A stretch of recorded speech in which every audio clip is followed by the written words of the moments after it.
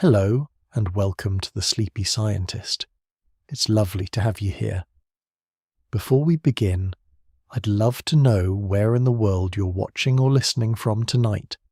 A quiet bedroom with the lights dimmed, a late-night train ride somewhere between cities, a comfortable sofa with a warm drink close by. Wherever you are, hopefully you're settled in, relaxed, and ready to drift gently into tonight's idea. If these calm explorations of science are something you enjoy, please consider liking the video and subscribing to the channel. It really helps this sleepy little corner of the universe continue drifting along. And to those already subscribed, thank you. Truly, your support means more than words can easily express. Now, tonight's topic might seem a little unusual, because the universe, when looked at carefully, is not the loud and chaotic place many people imagine. In fact, when astronomers measure the vast distances between stars and galaxies, something rather curious appears. The universe is incredibly quiet. Not quiet in the sense that nothing happens, far from it. Stars explode, galaxies collide, black holes swallow entire suns. But across the enormous emptiness of space, most of these dramatic events fade into something almost peaceful. From our tiny vantage point on Earth, the cosmos often appears calm, still, and strangely silent. It is as if the universe itself prefers quiet. Which raises a rather interesting question. Why is the universe so quiet? On a clear night, the sky can feel almost impossibly calm. Stars hang quietly overhead, scattered across darkness like distant lanterns. They do not roar, flicker wildly, or rush across the sky. Instead, they appear steady, distant, and strangely patient. Even the brightest of them simply glows. For most of human history, this quiet view of the cosmos was all anyone had. And it gave rise to some very different ideas about what the universe was actually like. In ancient astronomy, the sky was not imagined as empty at all. It was often thought of as a carefully arranged structure, almost like a layered machine. The Greek philosopher Aristotle proposed that the heavens were composed of perfect celestial spheres, each one carrying planets and stars around the Earth in smooth circular motions. In this view, the cosmos was orderly, elegant, and packed with structure. The sky looked calm, yes, but it was assumed to be full. Medieval scholars inherited these ideas and expanded them. The heavens were believed to contain nested spheres made from a mysterious perfect substance called the quintessence. The moon moved within one sphere, the sun within another, and the distant stars were fixed to a final outer shell that slowly rotated around everything else. It was a universe that felt complete, almost architectural, but it was also very small. Even the most ambitious medieval thinkers imagined the cosmos as a structure not vastly larger than the solar system. The stars were distant, certainly, but not unimaginably so. There was no sense of the staggering scale that modern astronomy would eventually reveal. That revelation began slowly. The invention of the telescope in the early 1700s allowed astronomers to see the heavens in far greater detail. Suddenly the sky was not just a scattering of points of light. It contained clouds, clusters, and faint smudges of brightness that seemed to drift among the stars. At first, no one quite knew what these objects were. Some thought they were nearby gas clouds. Others suspected they were distant star systems. The uncertainty lingered for decades, quietly building toward one of the most important debates in the history of astronomy. In the early 20th century, two astronomers found themselves at the centre of that debate, Harlow Shapley and Heber Curtis. Their disagreement, which became known as the Great Debate of 1920, focused on a deceptively simple question: How big is the universe? Shapley argued that the Milky Way galaxy was enormous, and that the mysterious spiral nebulae seen through telescopes were simply smaller clouds of gas within it. Curtis believed something far more dramatic. He suggested that those spiral shapes might be entire galaxies in their own right, vast collections of stars lying far beyond the boundaries of the Milky Way. At the time, both possibilities seemed plausible. The debate was not settled immediately. But within a few years, a quiet revolution arrived. An astronomer named Edwin Hubble, working at the Mount Wilson Observatory in California, began studying one of those spiral nebulae using the 100-inch Hooker telescope, which was then the most powerful telescope in the world. Hubble focused on a faint object known as the Andromeda Nebula. What he discovered changed everything. Within the hazy spiral shape, Hubble identified individual stars whose brightness varied in a predictable pattern. These stars belonged to a class known as Cepheid variables, whose true luminosity had been carefully studied by the astronomer Henrietta Swan-Leavitt. Leavitt had discovered a remarkable relationship between the brightness of these stars and the time they took to brighten and dim. By measuring that cycle, astronomers could determine how intrinsically bright a Cepheid star actually was. Comparing that intrinsic brightness to how faint it appeared from Earth allowed its distance to be calculated. When Hubble performed that calculation for the stars in the Andromeda Nebula, the result was astonishing. The object was far beyond the boundaries of the Milky Way. It was not a nebula at all. It was an entirely separate galaxy. Suddenly the universe expanded from a single galaxy into a vast collection of them. Each galaxy contained billions of stars, and each one floated through immense stretches of space that separated it from its neighbours. The cosmos had just become incomprehensibly larger, and with that new scale came a new realization. Most of the universe was empty. This was not a small emptiness either. The distances between galaxies could stretch across millions of light years. Even within galaxies, stars were separated by enormous gulfs of space. Our own Sun, for example, lies about 4 light years from the nearest star system, Alpha Centauri. That means light itself, travelling at the fastest speed known in nature, takes more than 4 years just to cross the gap. Between those stars lies almost nothing, just a faint scattering of atoms drifting through the interstellar medium. This realization led to a profound shift in how astronomers thought about the cosmos. The universe was not a tightly packed machine of celestial spheres. It was something far stranger, a vast structure made mostly of emptiness.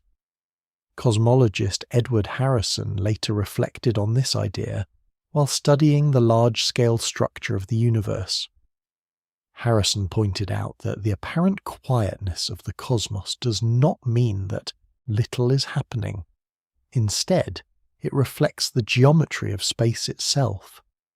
Matter gathers into galaxies and clusters under the influence of gravity, while the space between them stretches across enormous distances. The result is a universe that appears calm when viewed from afar. But that calmness is deceptive. Inside galaxies, stars are constantly forming within dense clouds of gas. Elsewhere, massive stars explode in supernovae powerful enough to briefly outshine entire galaxies.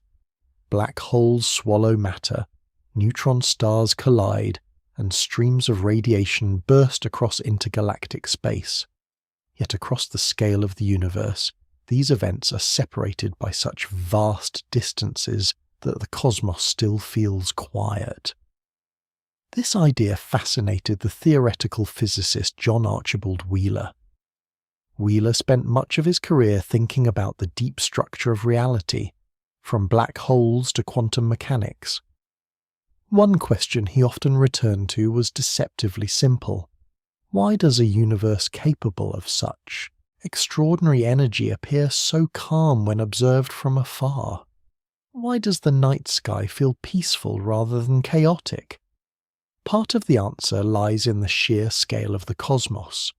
When events are separated by millions or billions of light years, they rarely overlap from our perspective. Each one becomes an isolated flicker in the distance rather than part of a constant cosmic storm. But another part of the answer lies in the nature of space itself. Because the quietness of the universe is not only about distance, it is also about silence. The vast emptiness between stars and galaxies does something remarkable. It prevents most forms of vibration from travelling across the cosmos.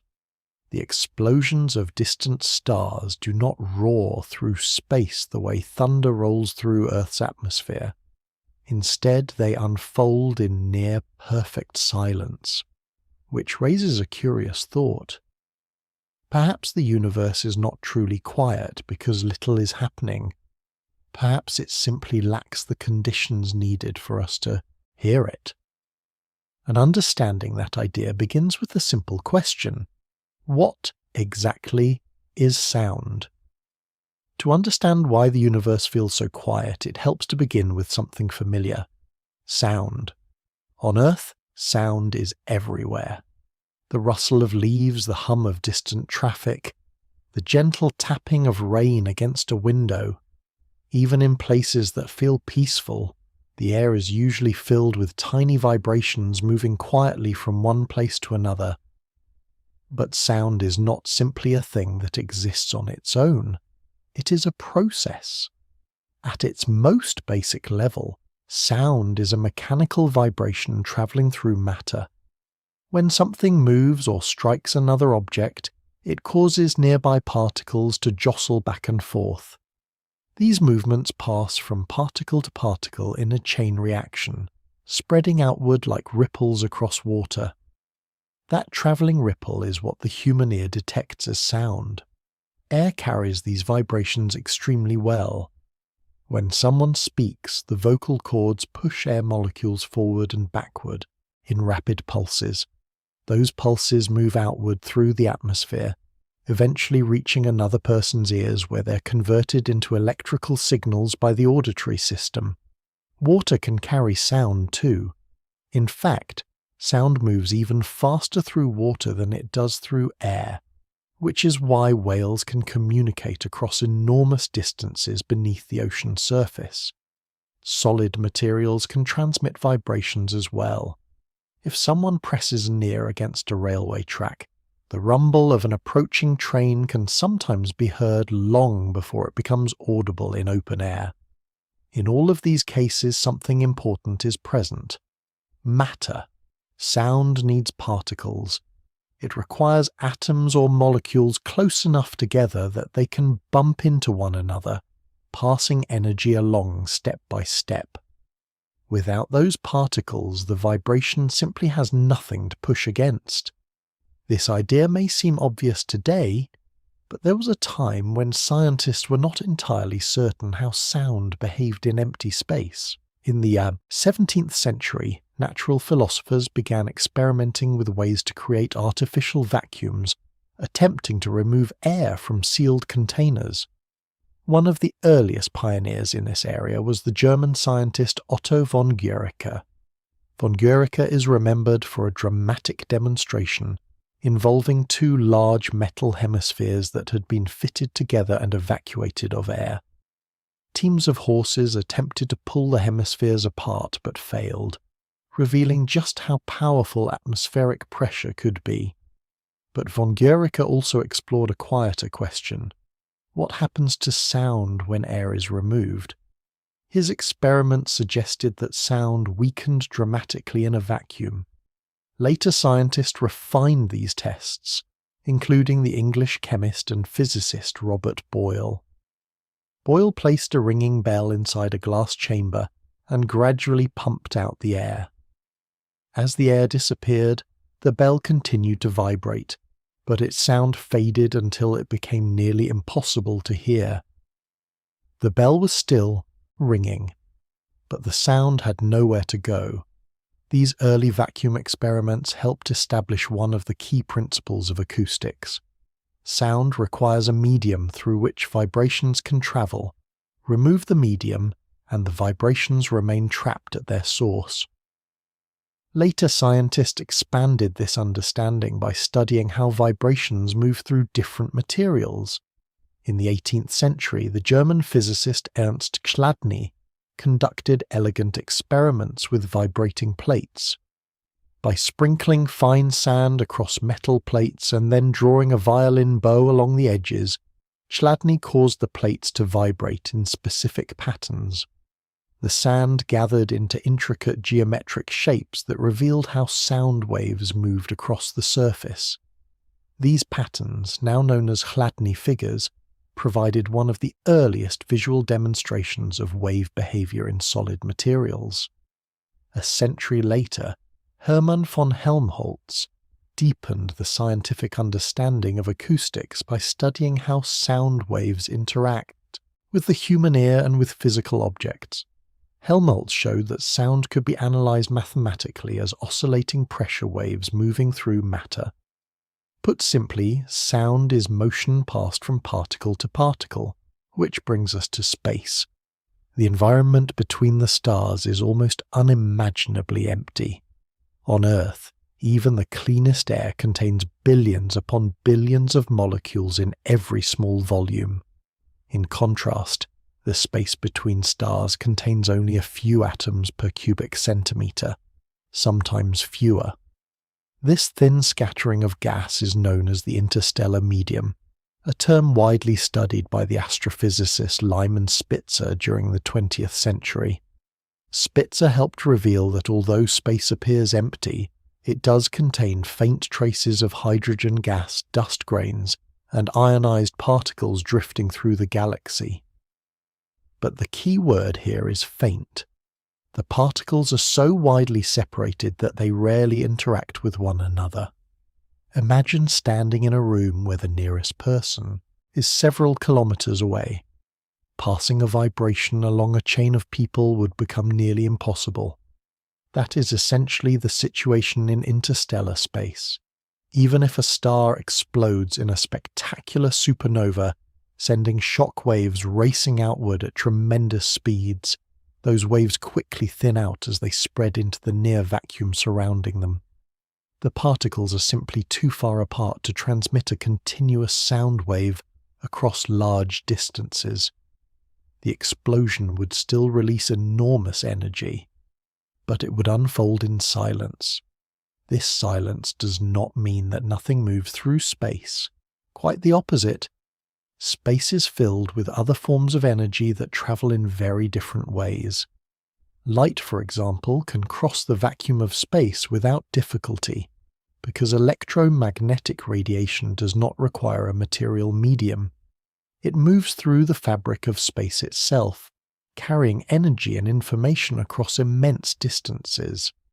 There are also more exotic forms of motion present in cosmic environments, in regions where gas becomes ionized, meaning the atoms lose some of their electrons, the particles become electrically charged.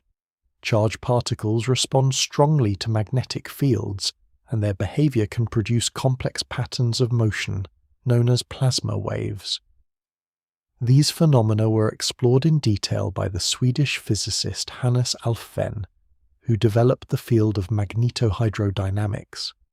This branch of physics studies how electrically conducting fluids, such as plasma, interact with magnetic fields. Alfvén showed that in certain cosmic environments, waves can travel through ionized gas along magnetic field lines, transferring energy across space in ways that resemble sound, but are governed by electromagnetic forces. These plasma waves are fascinating, but they are not sound in the everyday sense. They occur under very specific conditions and do not propagate through the vast majority of interstellar space. For ordinary sound, the requirement remains simple. Particles must be close enough together to pass vibrations along. In space, they usually are not. This is why astronauts floating outside a spacecraft cannot hear an explosion nearby unless the vibration travels through the structure of the spacecraft itself. The surrounding vacuum provides no pathway for the sound to reach them. The universe, in that sense, is profoundly quiet, not because events do not occur, but because the environment between those events prevents vibrations from travelling freely. Yet the silence of space is only part of the story. Even more striking than the vacuum itself are the enormous distances that separate the stars. Distances so vast that entire solar systems drift through the galaxy without ever coming close to one another. And once those scales are considered, the quietness of the universe begins to feel less surprising. It begins to feel inevitable. Once the silence of space is understood, another feature of the universe begins to stand out even more clearly: distance. Not the ordinary kind experienced on Earth, where cities lie a few hundred kilometers apart and oceans span a few thousand. The distances between stars are of an entirely different scale, so vast that human intuition struggles to picture them accurately.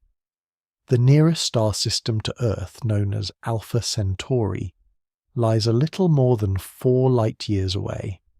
That means light, which moves faster than anything else known in nature, takes more than 4 years to travel from that star to our planet. 4 years, and that is the closest one. Within the Milky Way galaxy there are hundreds of billions of stars, yet they are separated by enormous gulfs of space. Our solar system occupies a tiny gravitational bubble around the Sun, and even that bubble stretches for trillions of kilometers before the Sun's influence begins to fade.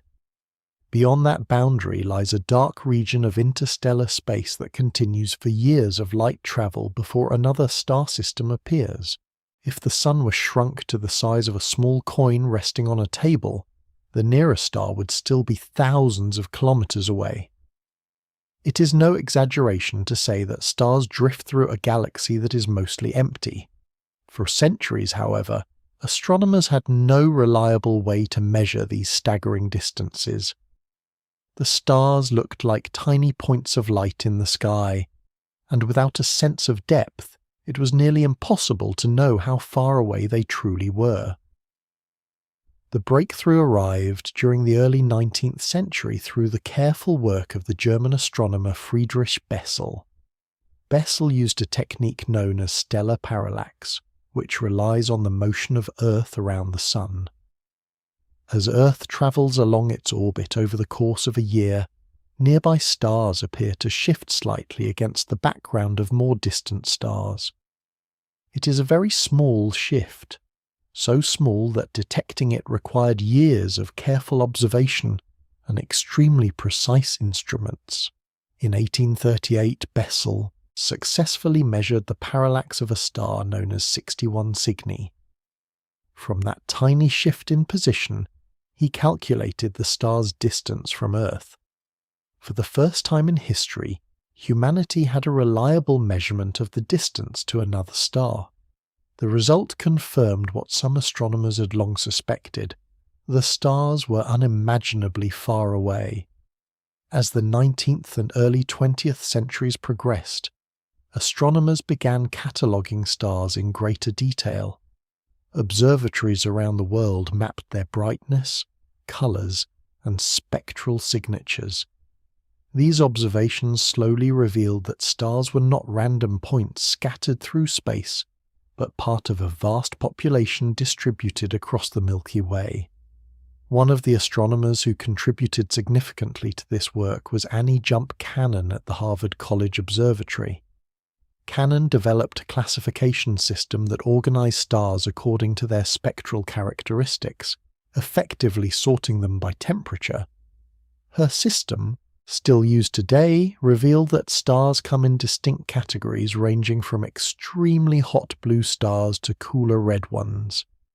This classification helped astronomers understand how stars differ from one another and how they are distributed throughout the galaxy.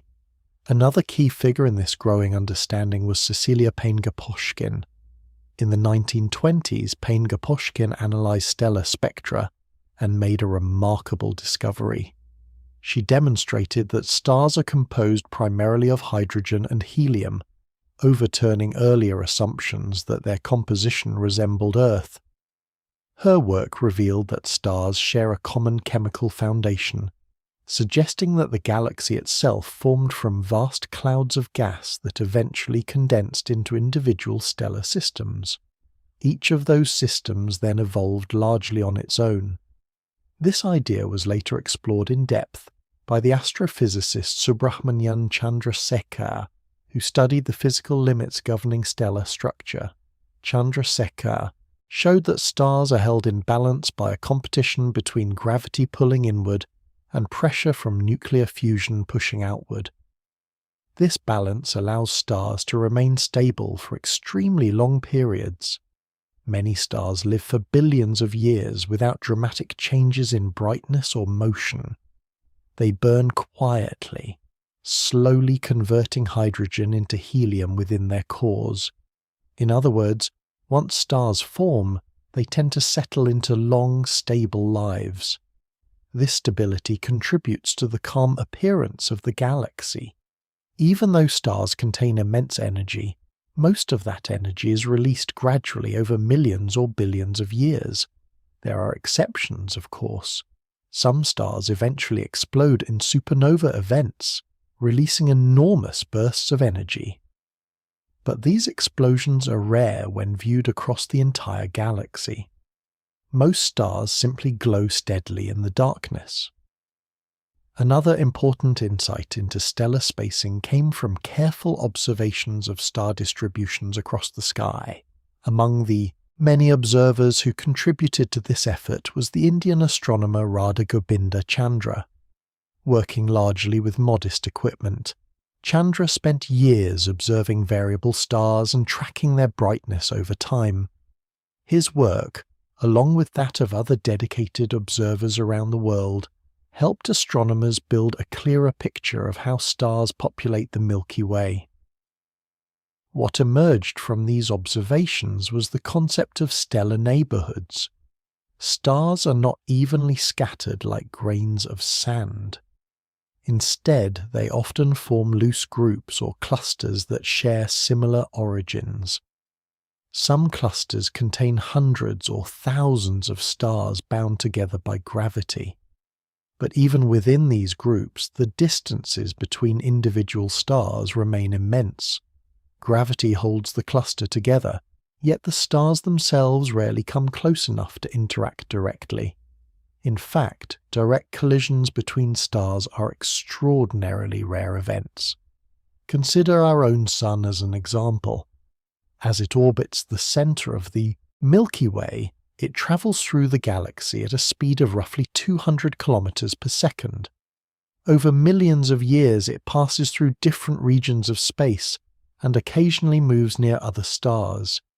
Yet the distances involved are so great that these encounters almost never lead to collisions. Stars simply glide past one another, like ships drifting across a vast and nearly empty ocean. This spacing has profound consequences for the appearance of the universe. Because stars are so widely separated, their light reaches us individually rather than blending into a constant glow. Each star becomes a single point of brightness against the night sky, surrounded by enormous regions of darkness. If stars were packed more closely together, the sky would look very different. The darkness between them would shrink, and the heavens might appear filled with continuous light. Instead, the galaxy resembles a sparse archipelago of stars floating in a sea of emptiness. This separation also contributes to the quietness of the cosmos. Events occurring around one star system rarely influence another. A supernova explosion in a distant region of the galaxy may unleash staggering amounts of energy, but by the time its radiation spreads across the vast gulf separating stars, it becomes faint and diffuse. The universe is active, but it is active at a distance, and that distance softens everything. The result is a galaxy that appears calm even while enormous physical processes unfold within it. Yet the Milky Way itself is only one example. When astronomers step back and look at galaxies as a whole, they discover something even more surprising. Entire galaxies are also separated by immense regions of empty space. When the immense distances between stars become clear, another realization begins to take shape. The galaxy itself is also mostly empty. From Earth, the Milky Way appears as a faint river of light stretching across the night sky. Under truly dark conditions, far from city lights, it can look almost like a misty cloud arching overhead. For many centuries it was simply called the Milky Way because of this soft milky glow. But that glow hides an enormous structure. The Milky Way is a spiral galaxy, a vast rotating system of stars, gas, dust, and dark matter bound together by gravity. Its visible portion stretches roughly 100,000 light-years from one side to the other, forming a broad, flattened disk that slowly rotates through space. And within that disk are hundreds of billions of stars. That number sounds crowded, yet the reality is quite the opposite. Those stars are scattered across such enormous distances that even the dense regions of the galaxy contain far more empty space than matter. Most stars drift through regions where their nearest stellar neighbours remain several light-years away. The galaxy is immense, but the emptiness inside it is even greater. Spiral galaxies like the Milky Way share a common structure that astronomers have studied for decades. At the centre lies a dense region known as the galactic bulge, where stars gather more closely together around a supermassive black hole.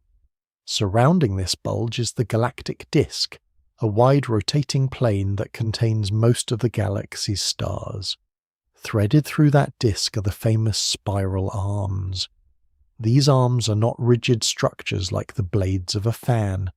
Instead, they are regions where gas and stars become slightly more concentrated as they orbit the galactic center. Over time, waves of density move through the disk, compressing clouds of gas and triggering the birth of new stars. The result is a galaxy with glowing spiral patterns that appear almost like cosmic whirlpools. Beyond the disk lies another component known as the galactic halo. This region extends far above and below the galaxy's main plane and contains scattered stars, ancient globular clusters, and a mysterious form of matter that cannot be seen directly. Dark matter. The existence of dark matter became clear during the 1970s through the work of the American astronomer Vera Rubin. Rubin carefully measured how stars move within spiral galaxies by studying their rotation curves, which describe how orbital speed changes with distance from the galactic center. According to classical gravitational physics, stars farther from the center of a galaxy should orbit more slowly. The visible mass of the galaxy should not provide enough gravity to keep them moving quickly. But Rubin found something unexpected. Stars at the outer edges of galaxies were orbiting just as fast as those closer to the center. This observation suggested that galaxies contain far more mass than what can be seen in stars and gas alone. The extra gravity had to be coming from something invisible, a substance that does not emit light but still exerts gravitational influence. This invisible component became known as dark matter. Rubin's observations transformed the way astronomers think about galaxies. It now appears that most of a galaxy's mass exists in an enormous halo of dark matter surrounding the visible disk, and that halo extends far beyond the regions filled with stars. The idea that galaxies contain hidden mass had actually been proposed decades earlier by the Swiss astronomer Fritz Zwicky. In the 1930s, Zwicky studied clusters of galaxies and noticed that the galaxies within those clusters were moving far too quickly to be held together by visible matter alone. He concluded that some form of unseen matter must be present, adding gravitational strength to the system.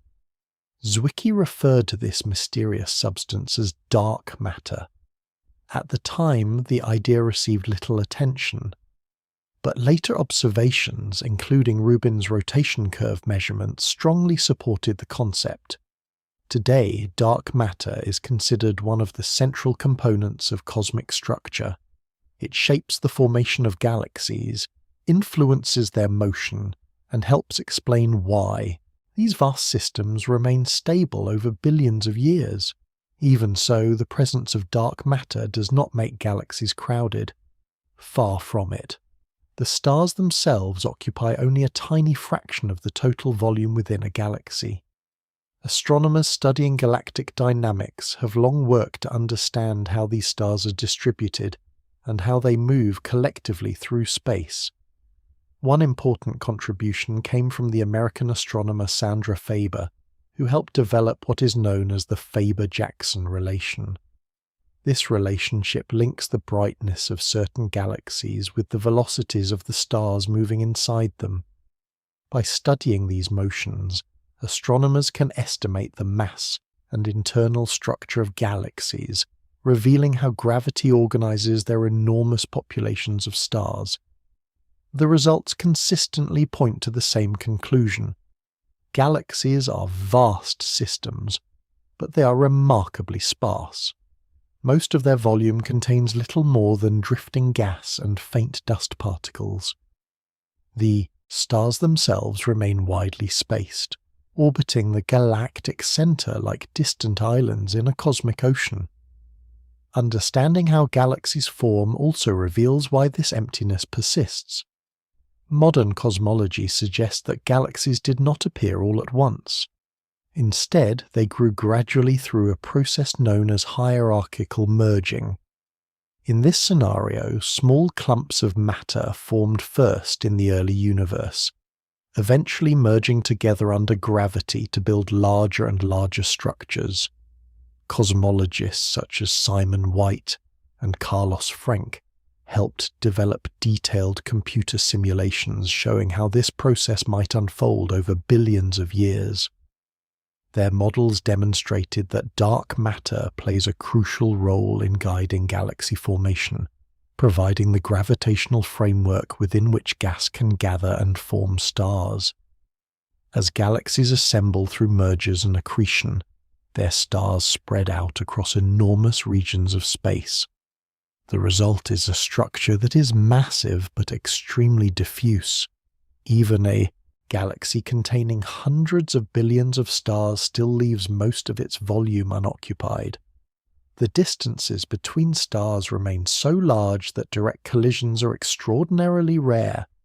Entire solar systems can orbit the galaxy for billions of years without ever encountering another. This vast spacing also explains why galaxies appear calm when viewed from afar. Within any given galaxy, dramatic events do occur. Massive stars collapse into neutron stars.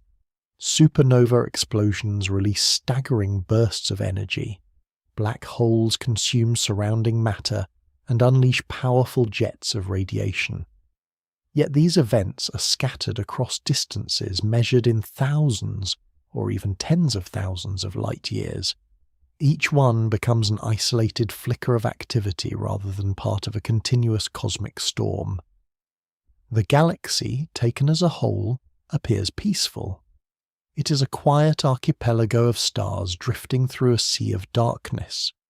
And the Milky Way is only one example among many. Across the observable universe there are hundreds of billions of galaxies, each one separated from its neighbors by immense stretches of space. When astronomers map these galaxies across the sky, they discover that even galaxies themselves are not evenly distributed. They gather into clusters and filaments, leaving enormous regions where very little matter exists at all. These immense structures form a pattern that stretches across the entire universe, a pattern sometimes described as the cosmic web. An understanding that web reveals an even deeper layer of cosmic emptiness. When astronomers first began mapping galaxies across the sky, they expected something relatively simple. Perhaps galaxies would be scattered randomly, like grains of sand tossed across a surface. Or perhaps they would spread out smoothly in all directions, forming a gentle cosmic fog of stars and galaxies drifting through space. But the universe had something far more interesting in mind. As larger and more detailed surveys of the sky began to appear during the late 20th century, astronomers noticed that galaxies were not distributed evenly at all. Instead, they gathered into clusters, chains, and enormous curved structures stretching across the universe. Between these structures lay enormous regions containing almost nothing. This grand pattern is now known as the cosmic web, and once seen, it becomes impossible to forget. Imagine looking at the universe from far beyond the boundaries of the Milky Way. Instead of a smooth cloud of galaxies, you would see something resembling a vast three-dimensional network. Long filaments of galaxies stretch across space, connecting dense clusters like strands of glowing thread. These filaments weave together into an intricate lattice that extends across the observable universe. In between those strands lie enormous empty regions called cosmic voids. The structure resembles a sponge, or perhaps the delicate foam of bubbles on the surface of water, except the bubbles are hundreds of millions of light years across. This extraordinary architecture did not emerge as a surprise to everyone. Decades before astronomers had the observational tools to map galaxies across such enormous distances, a Soviet physicist named Yakov Zeldovich had already begun to suspect that the universe might organize itself into filamentary structures. Zeldovich studied how gravity influences the growth of matter in the expanding universe. His work focused on what happens when tiny variations in density begin to grow under the influence of gravitational attraction. Even in the early universe, matter was not perfectly uniform. Some regions were slightly denser than others. Those slightly denser regions exerted a little more gravitational pull, drawing in surrounding matter over time. This process is known as gravitational instability. Over millions and then billions of years, these small irregularities gradually grew larger. Zeldovich predicted that as matter collapsed under gravity, it would not gather into perfectly spherical clusters. Instead, it would collapse first into sheets, then into filaments, and finally into dense nodes where filaments intersect.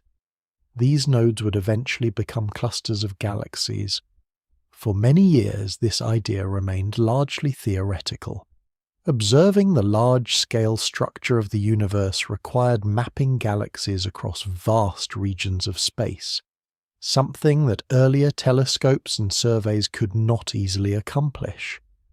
That situation changed dramatically toward the end of the 20th century. Large collaborative projects began to measure the positions and distances of hundreds of thousands and eventually millions of galaxies. One of the most influential of these efforts was the Sloan Digital Sky Survey, an ambitious astronomical project that began mapping the universe in the early 2000s.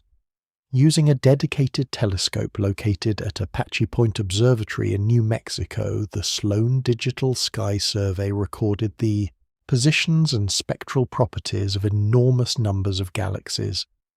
By measuring how their light was shifted toward the red end of the spectrum through a process known as cosmological redshift, astronomers could determine how far away those galaxies were. With these measurements, they began constructing three-dimensional maps of the universe. What those maps revealed was breathtaking. Galaxies were not scattered randomly. They were arranged along immense filaments stretching across hundreds of millions of light years. These filaments intersected at dense nodes where clusters of galaxies gathered under powerful gravitational forces. Between them were vast empty spaces. Later observational efforts such as the Dark Energy Survey expanded these maps even further, capturing images of hundreds of millions of galaxies across large portions of the sky.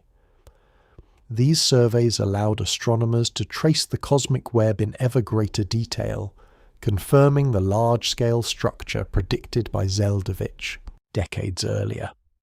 The universe, it seemed, truly was woven like a vast cosmic net.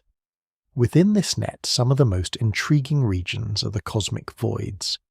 These voids are immense volumes of space containing very few galaxies. In some cases, they stretch across hundreds of millions of light years, while holding only a handful of scattered galaxies. Compared with the dense filaments of the cosmic web, these regions are almost completely empty. Astronomers have studied these voids carefully in order to understand how matter is distributed throughout the universe. One of the researchers who helped clarify our place within this vast structure is Brent Tully, an astronomer known for his work on large-scale galaxy motions. Tully and his collaborators identified a massive region of interconnected galaxy clusters known as the Laniakea supercluster. The name Laniakea comes from a Hawaiian phrase meaning immense heaven, a fitting description for such a colossal structure. The Milky Way galaxy resides within this enormous gravitational basin, which contains roughly 100,000 galaxies moving slowly toward a common center of gravitational attraction. Yet even a structure as large as Laniakea occupies only a small portion of the surrounding cosmic landscape. Beyond its boundaries lie enormous voids where galaxies become increasingly scarce. Some of these voids are so large that light itself takes hundreds of millions of years to cross them. Inside them, matter is spread so thinly that entire regions of space contain almost no galaxies at all. The universe, on its largest scales, resembles a delicate lacework of matter suspended across enormous distances. Understanding why this structure forms requires returning to the role of gravity. Gravity is a remarkable force because it acts over unlimited distances. Even small concentrations of matter can gradually pull surrounding material toward them over time. When the universe was young, tiny fluctuations in density began to grow through this gravitational attraction. Denser regions slowly gathered more material, while less dense regions gradually lost matter to their surroundings. Over billions of years, this process amplified itself. Matter flowed toward the growing filaments and clusters, leaving behind vast underdense regions that became cosmic voids. The more matter gathered into filaments, the emptier the surrounding regions became. In this way, the architecture of the universe naturally created enormous volumes of quiet emptiness. The cosmic web is therefore not just a visual curiosity. It is a direct consequence of the laws of gravity acting over immense spans of time and space. Clusters of galaxies form the glowing intersections of this web. Filaments stretch outward like cosmic highways connecting these clusters, and between them lie vast regions where almost nothing exists at all. These voids represent some of the most peaceful regions in the universe. Few galaxies reside there. Few energetic events occur. The darkness inside them is profound, interrupted only by faint light from distant structures far beyond their boundaries. It is within this enormous architecture that the quietness of the cosmos becomes most obvious. The universe is not merely empty in small patches. Its emptiness is built into the very geometry of cosmic structure. Matter gathers along filaments and nodes, leaving immense regions of silence between them. The largest structures in existence therefore create the largest spaces where almost nothing happens. A cosmic stillness written into the architecture of the universe itself. Yet this raises an even deeper question. If the cosmic web emerged from tiny fluctuations in matter, where did those fluctuations come from in the first place? To answer that, the story must travel much farther back in time, back to the earliest moments of the universe itself. The quiet universe seen today did not always exist in this calm state. In fact, if someone could travel far enough back in time, the cosmos would appear almost unimaginably different. The vast emptiness between galaxies, the gentle glow of distant stars, and the slow drifting of cosmic structures would give way to something far more energetic. The early universe was not quiet at all. It was dense, hot, and filled with radiation. Shortly after the beginning of cosmic expansion, the entire observable universe existed in a state where matter and energy were compressed together at extraordinary temperatures. Instead of galaxies and stars, space contained a turbulent mixture of elementary particles, radiation, and plasma.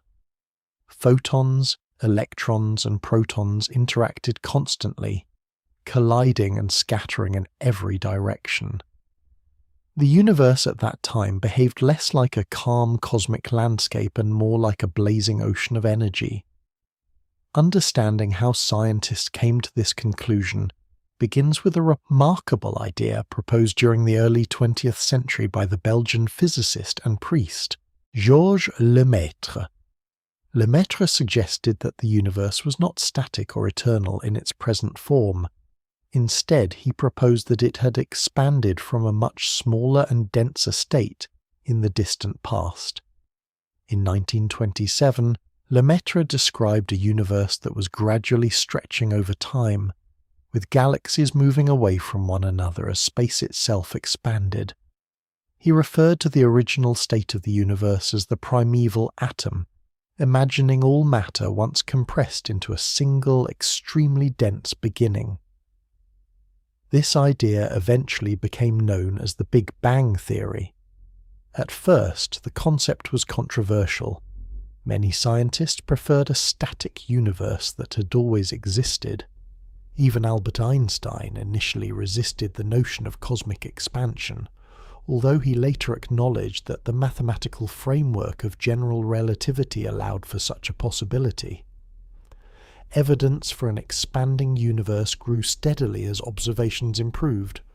Astronomers discovered that distant galaxies appear to move away from Earth, and the farther a galaxy lies, the faster it appears to recede. This pattern revealed that the fabric of space itself was stretching.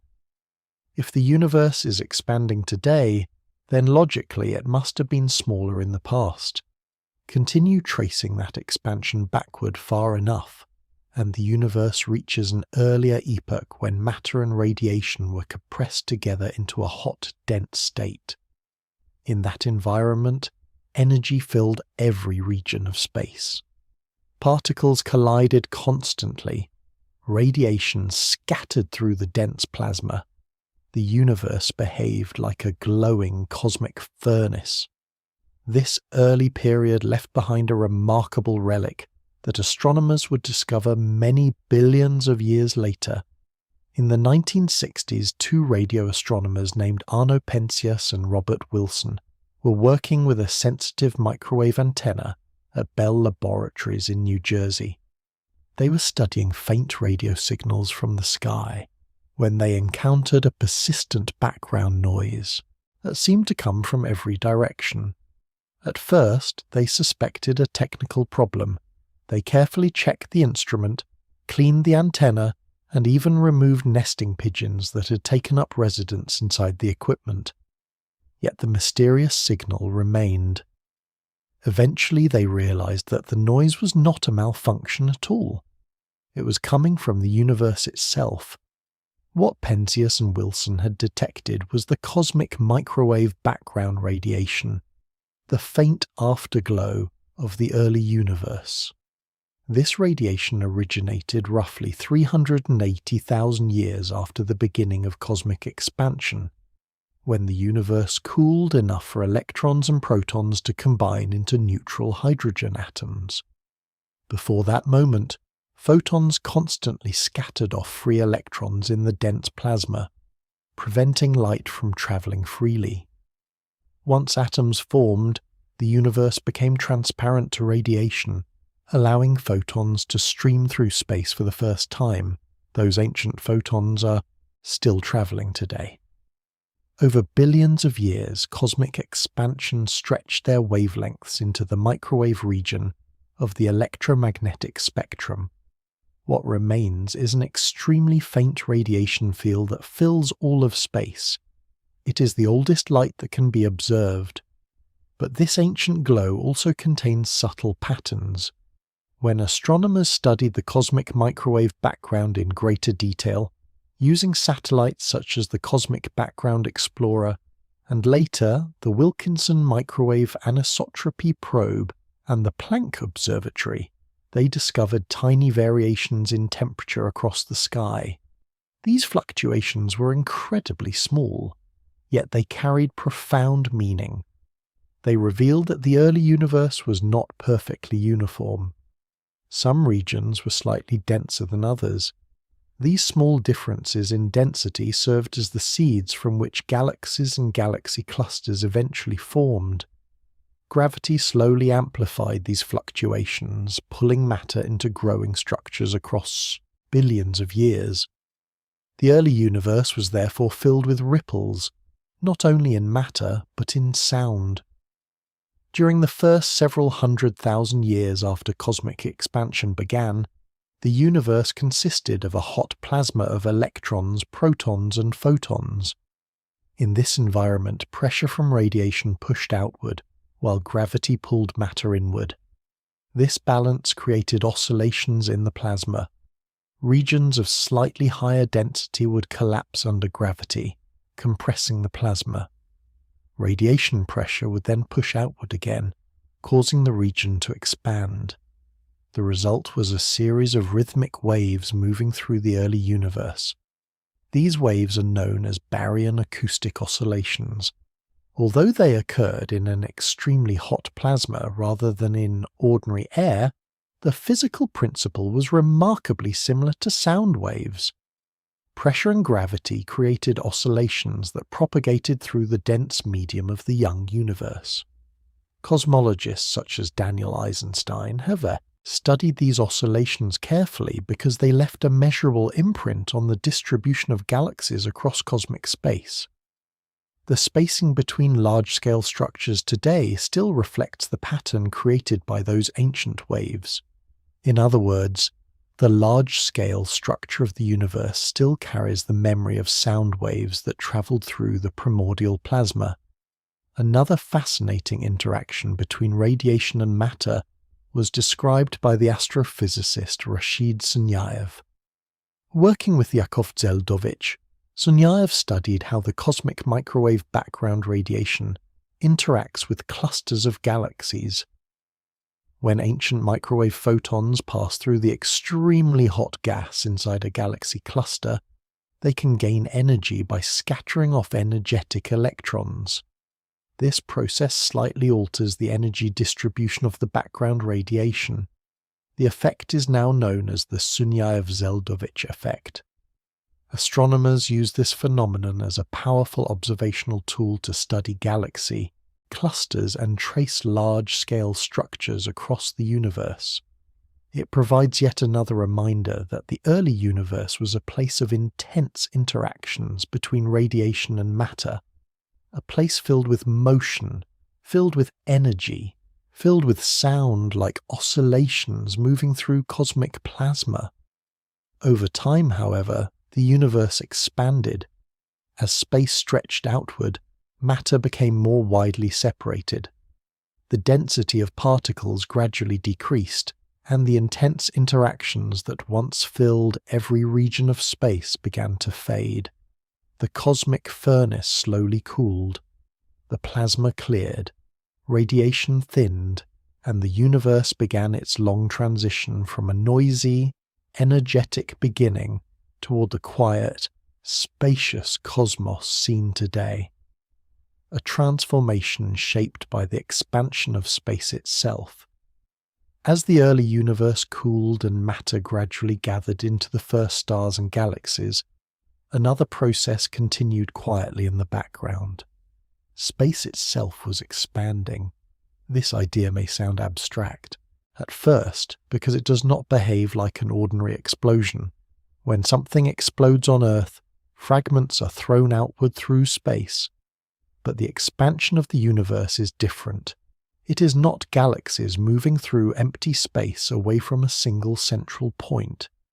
Instead, the space between galaxies is stretching. Every large region of the universe slowly grows larger over time, carrying galaxies farther apart from one another. The galaxies themselves are not flying through a static cosmic landscape.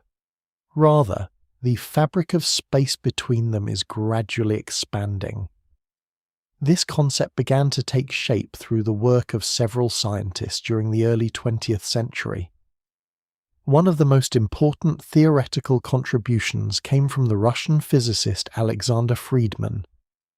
In 1922, Friedmann examined the equations of general relativity developed by Albert Einstein and discovered something remarkable. Einstein's theory did not require the universe to remain static. In fact, Friedmann showed that the equations naturally allowed for a universe that either expanded or contracted over time. His solutions described how the geometry of space-time could evolve depending on the amount of matter and energy present. At the time, this idea seemed radical. Most scientists still imagined the cosmos as a fixed and eternal structure. Even Einstein had initially introduced a mathematical adjustment to his equations, known as the cosmological constant, in order to maintain a static universe. But the universe itself soon provided evidence that Friedmann's expanding solutions were correct.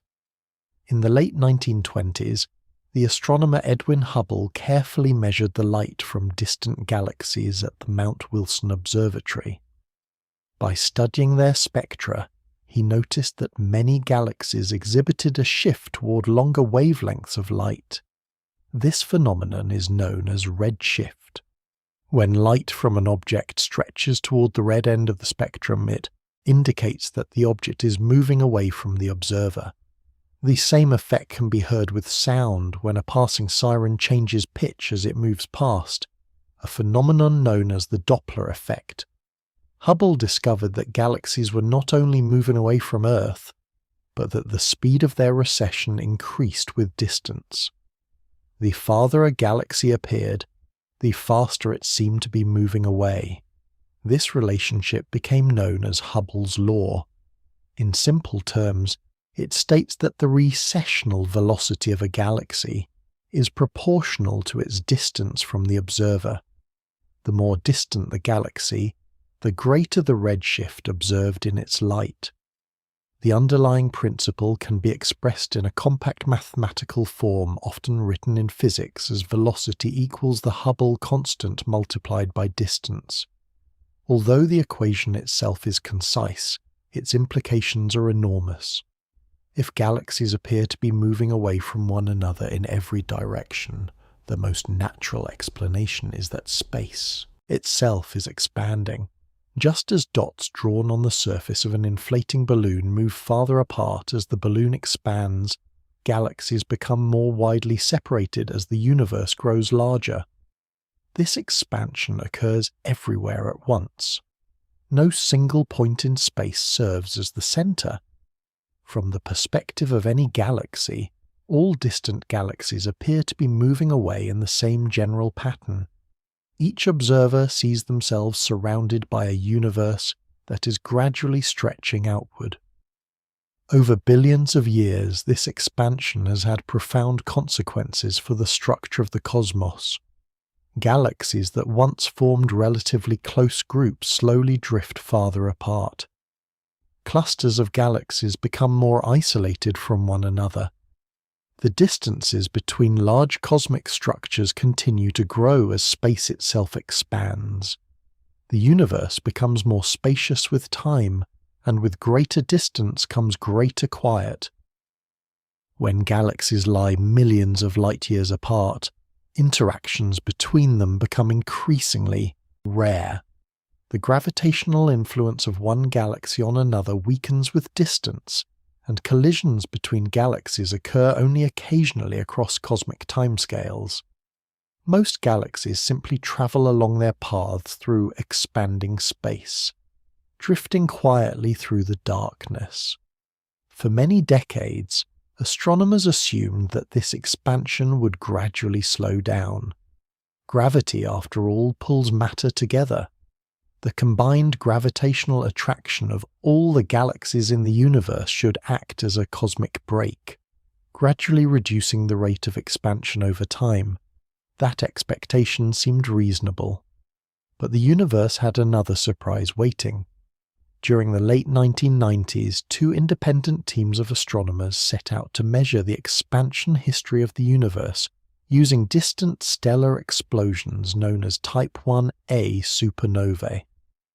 These supernovae occur when certain white dwarf stars accumulate too much mass and explode with nearly uniform brightness. Because their intrinsic brightness is well understood, astronomers can use them as cosmic distance markers. By comparing how bright these supernovae appear from Earth with how far away they are, researchers can estimate the expansion rate of the universe at different points in cosmic history. The teams studying these supernovae were led by Saul Perlmutter, Brian Schmidt, and Adam Rees. Their observations revealed something astonishing. The expansion of the universe was not slowing down. It was speeding up. Galaxies were drifting apart faster and faster over time, as though some invisible influence were pushing space outward. This discovery introduced a new concept into cosmology: dark energy. The term dark energy was popularized by the cosmologist Michael Turner to describe the mysterious force or property of space responsible for accelerating cosmic expansion. Unlike ordinary matter or radiation, dark energy does not appear to clump together into structures. Instead, it seems to be spread uniformly throughout space itself. Its exact nature remains one of the greatest open questions in modern physics. Some theories suggest that dark energy may be related to the cosmological constant originally introduced by Einstein. Others propose that it arises from the energy of the quantum vacuum or from fields that permeate space-time. Whatever its origin, the effect is clear. The universe is expanding at an accelerating pace. This acceleration has an important consequence for the long-term structure of the cosmos. As galaxies move farther apart, their interactions become increasingly rare. Over immense periods of time, many galaxies will drift beyond the observable horizon of others, carried away by the expanding fabric of space. The cosmic landscape gradually becomes more isolated. Clusters of galaxies remain bound together by gravity, forming local islands of matter. But beyond those clusters, the universe grows emptier and quieter as the distances between structures increase. The expansion of space therefore acts as a kind of cosmic calming mechanism. In the early universe, matter was packed closely together, and interactions between particles were constant. Over billions of years, expansion stretched those dense conditions into a far more spacious environment. Galaxies formed, clusters assembled, and vast regions of emptiness appeared between them. As the universe continues to expand, these separations will only grow larger. The cosmos will become increasingly quiet. Yet even within this expanding universe, information still travels.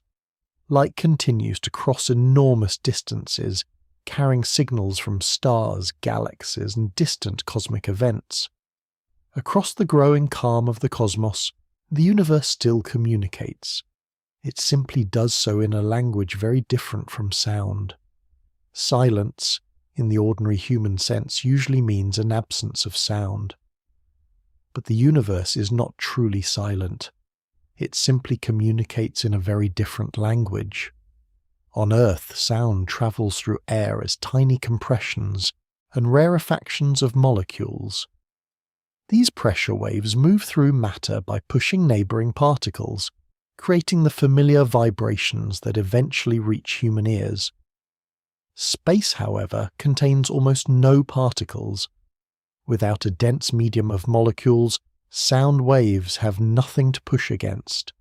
Vibrations cannot propagate through the vacuum between stars in the same way they travel through air or water, and yet the universe is constantly sending signals across those empty distances. Those signals arrive in the form of light. Light belongs to a broader category of phenomena known as electromagnetic radiation.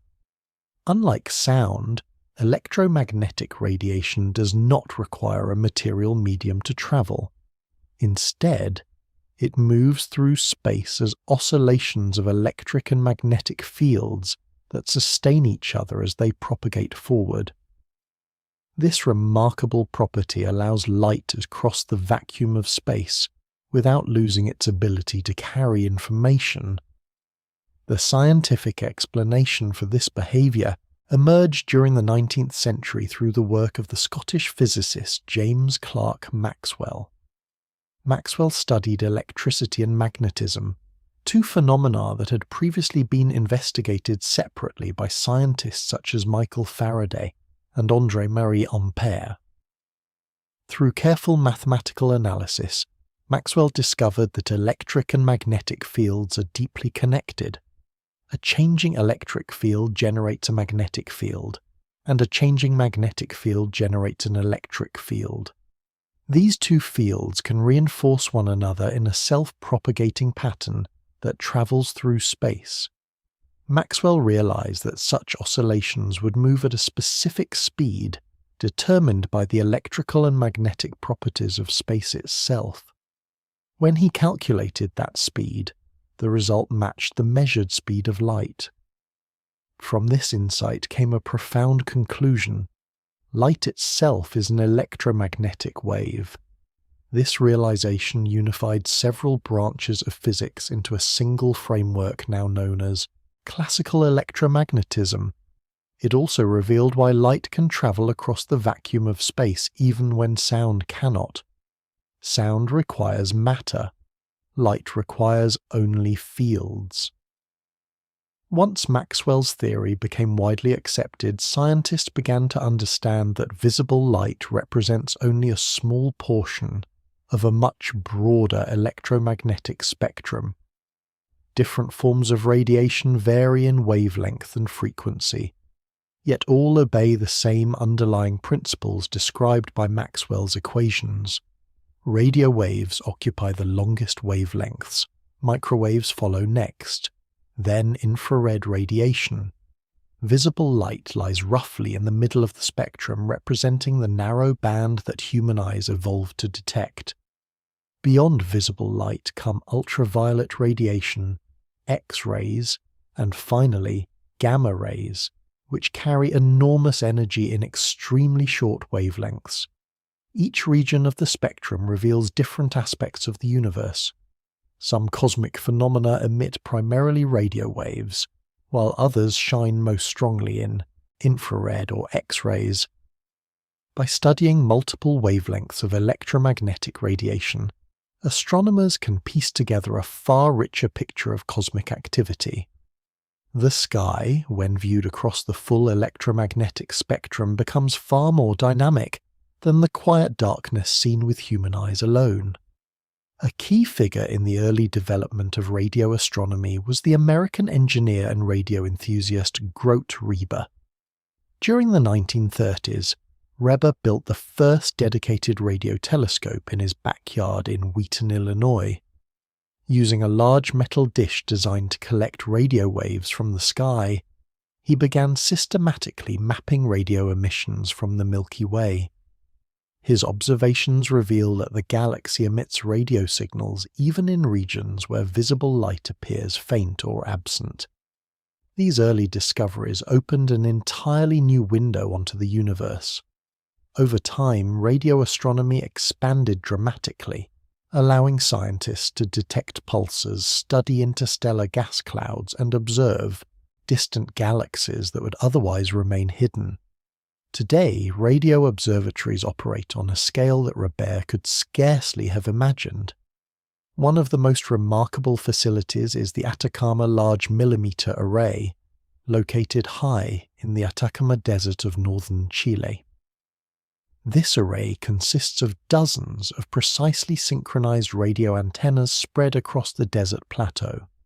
Together they function as a single enormous telescope capable of detecting extremely faint radio signals from distant cosmic structures. These observations reveal cold clouds of gas where stars are forming, swirling disks of material around young stars, and even the faint afterglow of radiation left over from the earliest moments of cosmic history. Another revolutionary observatory is the James Webb Space Telescope. Launched into deep space beyond the orbit of the Moon, the James Webb Space Telescope observes the universe primarily in infrared wavelengths. Infrared light is particularly useful for studying distant galaxies and star-forming regions, because it can pass through clouds of dust that block visible light.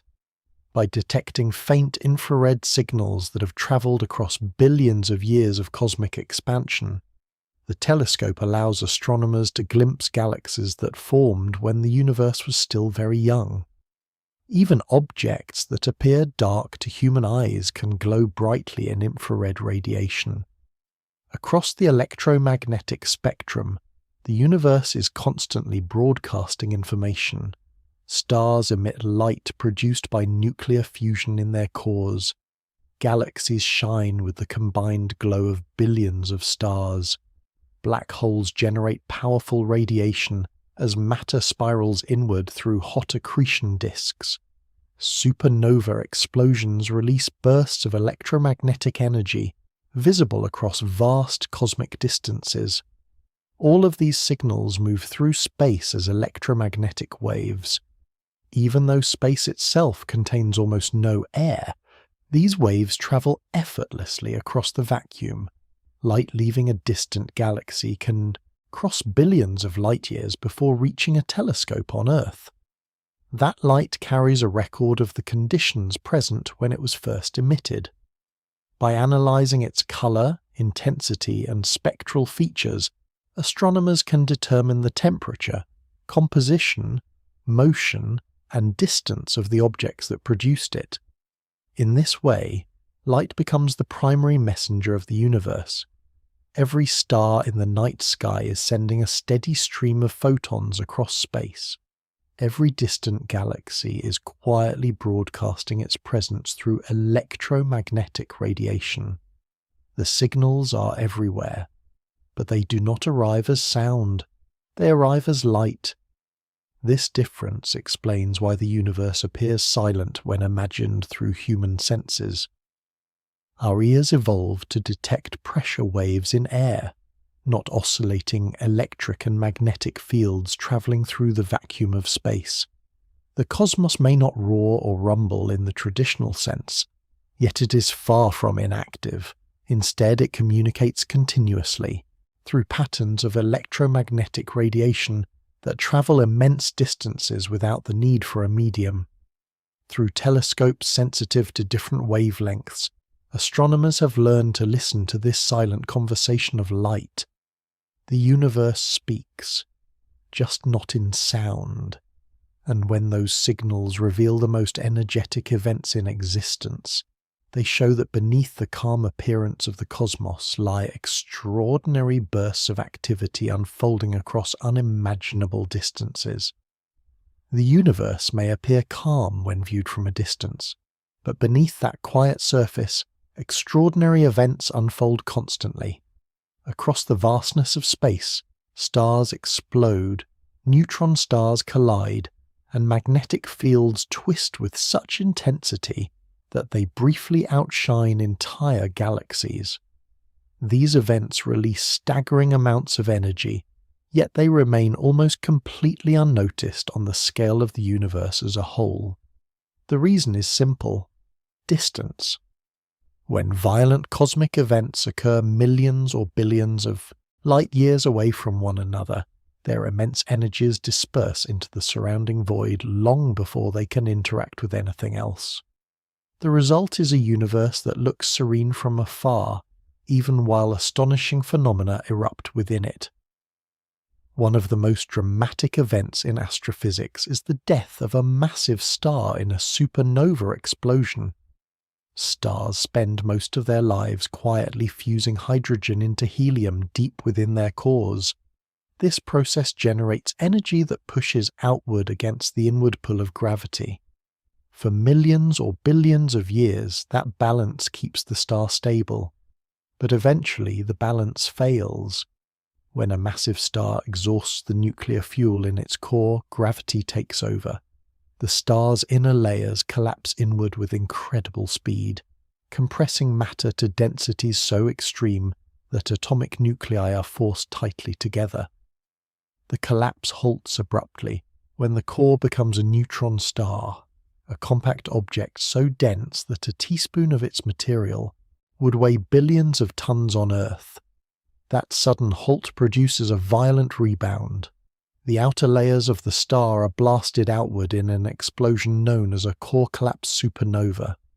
For a brief period, the exploding star can shine as brightly as an entire galaxy.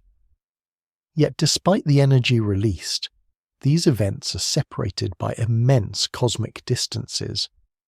The nearest supernova visible to the naked eye in recent centuries occurred in the year 1987, when a star exploded in the Large Magellanic Cloud, a small neighbouring galaxy.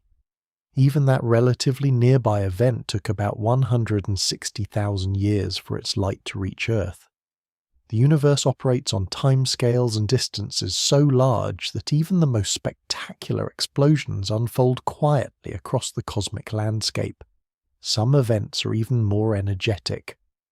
Among the most powerful phenomena ever observed are gamma-ray bursts, brief flashes of extremely high-energy radiation that can release more energy in a few seconds than the Sun will produce in its entire lifetime.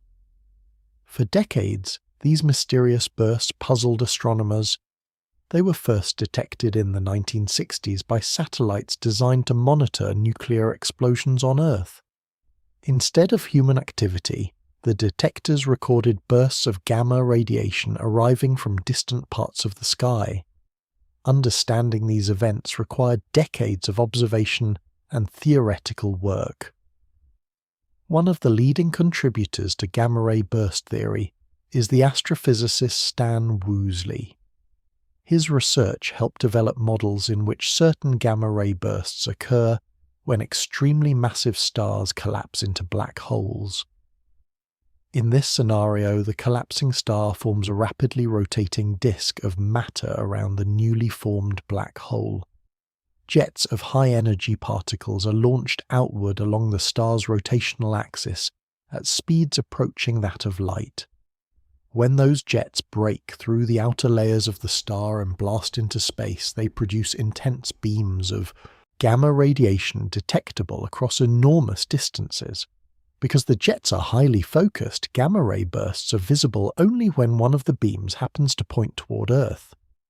For a few seconds, the burst becomes one of the brightest events in the observable universe. Then it fades. Another remarkable source of cosmic violence arises when neutron stars collide. Neutron stars are already extreme objects. Formed from the collapsed cores of massive stars, they contain more mass than the Sun compressed into a sphere roughly the size of a city. Their gravitational fields are immense. When two neutron stars orbit each other in a binary system, they gradually spiral inward as they lose energy through the emission of gravitational waves. These waves are subtle ripples in space-time itself, predicted by Albert Einstein's theory of general relativity. As the stars draw closer together, their orbital motion accelerates. Eventually, they collide in a violent merger that produces a burst of gravitational waves and electromagnetic radiation. The collision can also forge heavy elements such as gold and platinum through a process known as rapid neutron capture. For many years, gravitational waves remained purely theoretical. But in the early 21st century, scientists built instruments capable of detecting these incredibly subtle distortions of space-time. One of the most important facilities for this work is the Laser Interferometer Gravitational Wave Observatory, widely known by its acronym. The Laser Interferometer Gravitational Wave Observatory consists of large detectors located in the United States that measure tiny changes in distance caused by passing gravitational waves. The observatory was developed through decades of research led by scientists including Rainer Weiss, Kip Thorne, and Ronald Drever. In the year 2015, the observatory made history. It detected the first confirmed gravitational waves produced by the merger of two black holes more than a billion light-years away. The signal lasted only a fraction of a second, yet it revealed an event of enormous energy occurring deep within the cosmos. A few years later, another detection captured the gravitational waves produced by merging neutron stars. For the first time, astronomers were able to observe both gravitational waves and electromagnetic radiation from the same cosmic event. Telescopes across the world quickly turned toward the region of the sky where the merger occurred. They watched as the aftermath, the collision produced a glowing cloud of expanding debris. Even these astonishing events, however, remain separated by staggering distances. Between one violent event and the next lies an ocean of empty space. The universe contains enormous energy, but it is distributed across volumes so vast that most of it never interacts. Another example of extreme astrophysical phenomena involves objects known as magnetars. Magnetars are a rare type of neutron star possessing magnetic fields of extraordinary strength. These fields are so powerful that they can distort the very structure of atoms near the star's surface. Theoretical work by astrophysicists Robert Duncan and Christopher Thompson helped explain how such intense magnetic fields might form. According to their models, certain rapidly rotating neutron stars can amplify their magnetic fields through a process similar to a dynamo, creating fields trillions of times stronger than Earth's magnetic field. When the magnetic field lines within a magnetar shift or fracture, they can release sudden bursts of high-energy radiation. These events are sometimes called starquakes. For a brief moment, a magnetar flare can release as much energy as the Sun emits in hundreds of thousands of years. Yet even these spectacular outbursts are swallowed by cosmic distance. A magnetar flare occurring in a distant galaxy might travel millions of years before its radiation reaches Earth. By the time the signal arrives, the event itself is long over. What remains is a faint whisper of a once violent moment. This pattern repeats throughout the cosmos. Stars explode, neutron stars collide, magnetars flare, black holes consume matter and launch jets of radiation across intergalactic space. Each event represents an extraordinary release of energy. But because the universe is so vast, these events occur far apart from one another. They rarely overlap, rarely interact, and rarely disturb the calm appearance of the cosmic landscape. Seen from afar, the universe appears tranquil, not because nothing happens, but because everything happens so far away. Violence exists throughout the cosmos, yet it is diluted across unimaginable distances. The enormous spaces between galaxies and stars act as buffers, spreading energy so thinly that most of the universe remains quiet and dark. This immense quietness raises another question. If powerful astrophysical events occur across the universe, and if light and other signals travel vast distances through space, then perhaps other forms of signals could also exist. Signals created not by stars or black holes, but by intelligent beings. And yet, despite decades of listening, the cosmos remains strangely silent on that front as well. For much of human history, the night sky appeared quiet, simply because the universe is vast. But during the 20th century, a new question began to emerge. If the universe contains hundreds of billions of galaxies, and each galaxy contains hundreds of billions of stars, then somewhere among those countless worlds there might be other civilizations capable of building technology. Civilizations capable of transmitting signals, civilizations capable of communicating across space. Yet when astronomers listen carefully to the sky, they hear nothing that clearly comes from intelligent life. This puzzle is often summarized in a simple question, first asked by the physicist Enrico Fermi. "Where is everybody?" Fermi reportedly raised this question during a casual lunchtime conversation in the early 1950s at Los Alamos National Laboratory. The discussion began with speculation about extraterrestrial travel and the possibility of advanced civilization spreading across the galaxy. But Fermi pointed out something curious. If intelligent civilizations were common in the Milky Way, then some of them might have had millions of years to expand, explore, or communicate. Even at modest speeds, a civilization capable of interstellar travel could theoretically spread throughout the galaxy over cosmic timescales. And yet, the sky remains quiet. No obvious spacecraft, no unmistakable signals, no clear signs of vast technological structures surrounding distant stars. The apparent contradiction between the large number of potentially habitable worlds and the lack of detected civilizations became known as the Fermi question, or sometimes the Fermi paradox. The paradox arises from a simple comparison. The universe seems enormous and full of stars, but evidence of extraterrestrial intelligence appears absent.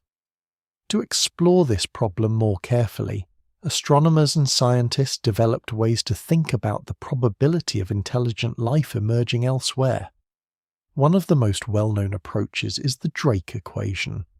The Drake equation was introduced in 1961 by the American astronomer Frank Drake during a scientific meeting focused on the search for extraterrestrial intelligence.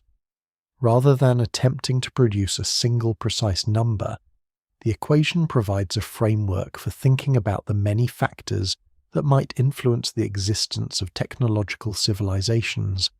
It considers several ingredients: the rate at which stars form in a galaxy, the fraction of those stars that possess planetary systems, the number of planets that might support life, the fraction of those planets where life actually arises, the fraction of life-bearing worlds where intelligent species evolve, the fraction of those species that develop technology capable of sending detectable signals, and finally, the length of time those civilizations continue transmitting such signals. When these factors are multiplied together, the result estimates how many technological civilizations might exist within a galaxy at any given time. The Drake equation does not provide a definitive answer, because many of its variables remain uncertain. But it highlights an important idea. The silence of the cosmos may not necessarily mean that intelligent life is rare. Instead, it may reflect the difficulty of detecting civilizations across the immense distances of space. Still, the question remains: if intelligent life has emerged elsewhere, why have no signals clearly appeared? Several explanations have been proposed. One possibility involves a concept known as the Great Filter. The Great Filter idea was developed by the economist and philosopher Robin Hanson. It suggests that somewhere Along the long chain of steps required for intelligent life to develop, there may be an extremely difficult barrier. This barrier might occur early in the process, perhaps making the origin of life itself incredibly rare. Alternatively, the filter might occur later, preventing civilizations from surviving long enough to spread across the galaxy. If such a filter exists, it could explain why the universe appears quiet. Perhaps very few civilizations ever reach the stage where they can communicate across interstellar distances. Another intriguing idea is known as the zoo hypothesis. This concept was proposed by the scientist John Ball, who suggested that advanced civilizations might deliberately avoid contacting developing worlds such as Earth. According to this idea, Earth could be treated somewhat like a protected wildlife preserve, a kind of cosmic zoo. In this scenario, advanced civilizations might observe emerging societies without interfering with their development. They might even hide their presence to avoid disrupting the natural evolution of young civilizations. While this idea remains speculative, it highlights how little is truly known about the behavior of hypothetical extraterrestrial cultures. Even if other civilizations exist, their priorities, technologies, and communication methods might differ greatly from human expectations. Meanwhile, scientists on Earth have continued searching for signals that could indicate intelligent activity. One of the most prominent organizations involved in this effort is the CT Institute, whose name stands for the Search for Extraterrestrial Intelligence. Researchers associated with the CT Institute use radio telescopes to scan the sky for unusual patterns in radio waves. These observations look for signals that might stand out from natural cosmic emissions. For example, a narrow-frequency transmission that repeats in a structured pattern could potentially indicate an artificial source. So far, despite decades of observation, no confirmed technological signal has been detected. The sky remains quiet.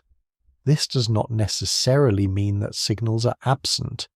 It may simply reflect the enormous challenge of searching across the vast electromagnetic spectrum and the immense distances separating stars. The physicist Ronald Bracewell explored another aspect of this problem through the concept of interstellar communication networks. Bracewell suggested that advanced civilizations might send automated probes or communication relays across the galaxy. These devices could act as messengers, quietly transmitting information between star systems over long periods of time. If such probes exist, they might operate silently, waiting for the right conditions to communicate with emerging civilizations. But detecting them would be extraordinarily difficult. The distances between stars stretch across trillions upon trillions of kilometers. Even signals traveling at the speed of light require years, decades, or centuries to cross these distances. Communication across such scales becomes a slow and delicate process. Messages sent between stars might resemble conversations conducted across vast stretches of time rather than across moments. This cosmic scale introduces another complication. Civilizations may simply miss each other. One society might develop advanced technology, transmit signals for a few thousand years, and then fade away. Another civilization might arise millions of years later in a distant region of the galaxy. Their signals would never overlap. In a universe billions of years old, the lifetimes of technological societies may be brief flashes in comparison. If those flashes rarely occur at the same time and within the same region of space, the sky could remain quiet even if many civilizations have existed at different moments in cosmic history. The silence might not mean emptiness. It might simply mean separation. Across the vast structure of the cosmos, signals travel. Slowly, distances remain immense, and civilizations may appear and disappear across millions of years. From Earth's perspective, the night sky still seems silent. Yet beneath that silence lies a deeper question about how information travels across the universe and how astronomers continue searching for signals of all kinds, not only from intelligent life, but from the natural processes of the cosmos itself. Long before telescopes were built to observe radio waves from distant galaxies, the discovery of cosmic radio signals began almost by accident. During the early 1930s, an engineer named Karl Jansky was working for Bell Telephone Laboratories in the United States.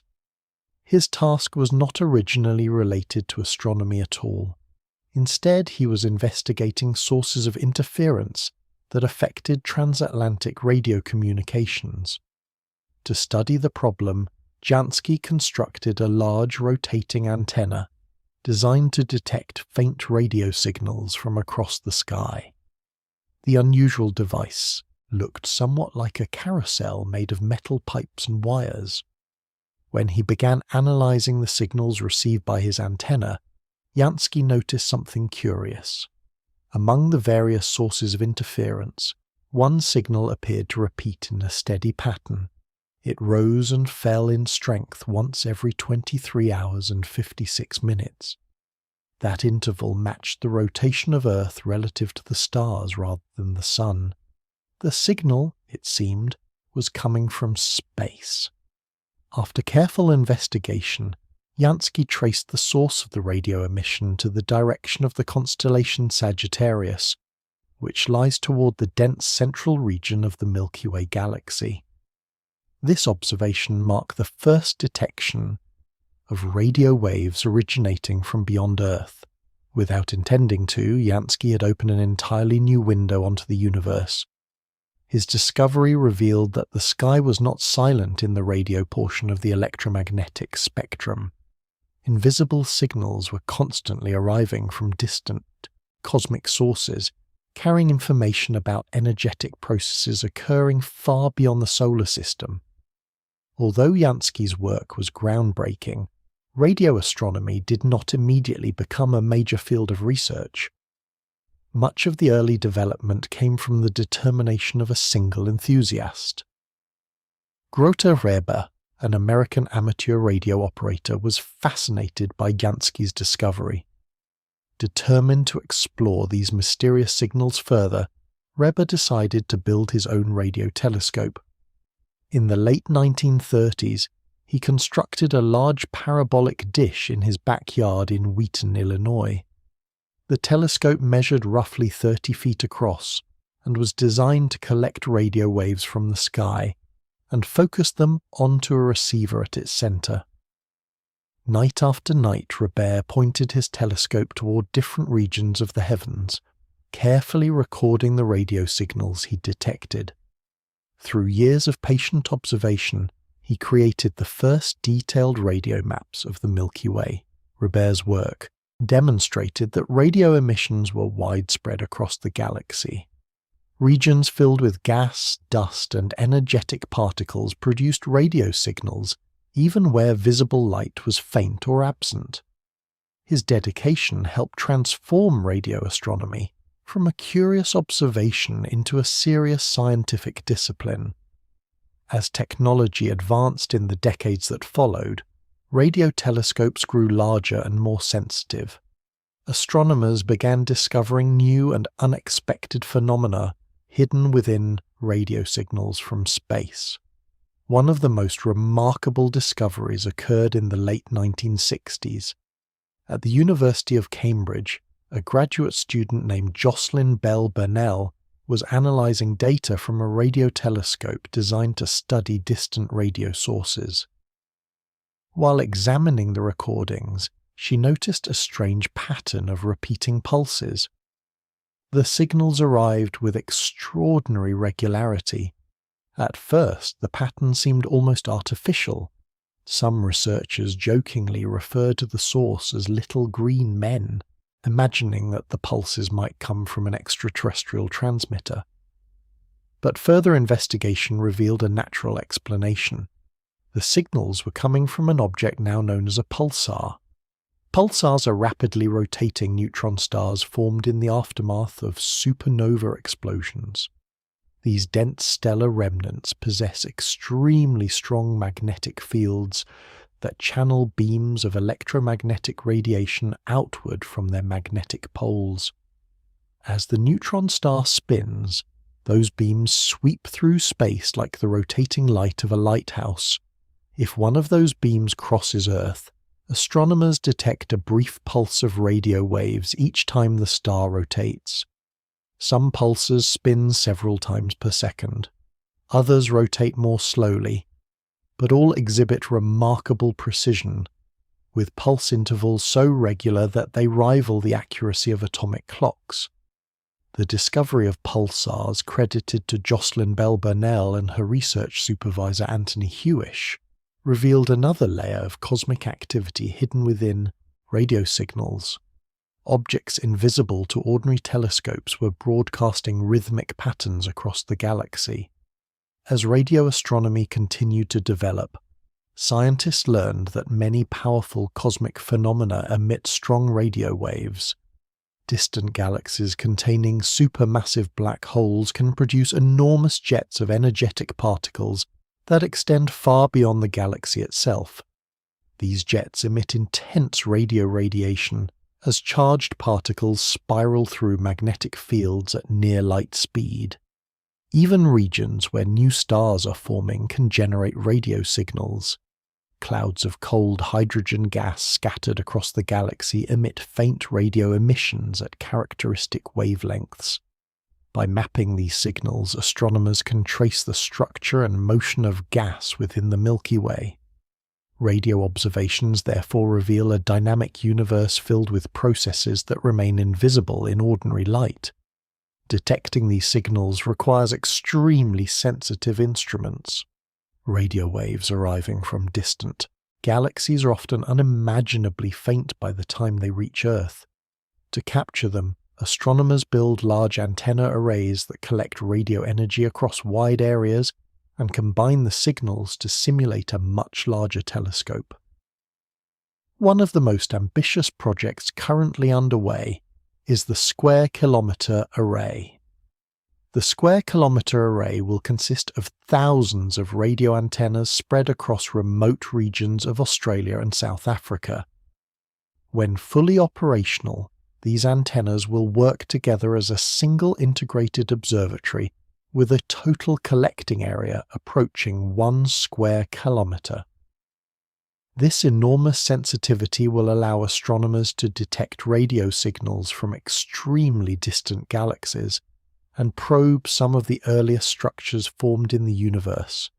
The observatory will also help search for faint signals associated with cosmic hydrogen gas, map the large-scale structure of the cosmos, and investigate the environments surrounding supermassive black holes.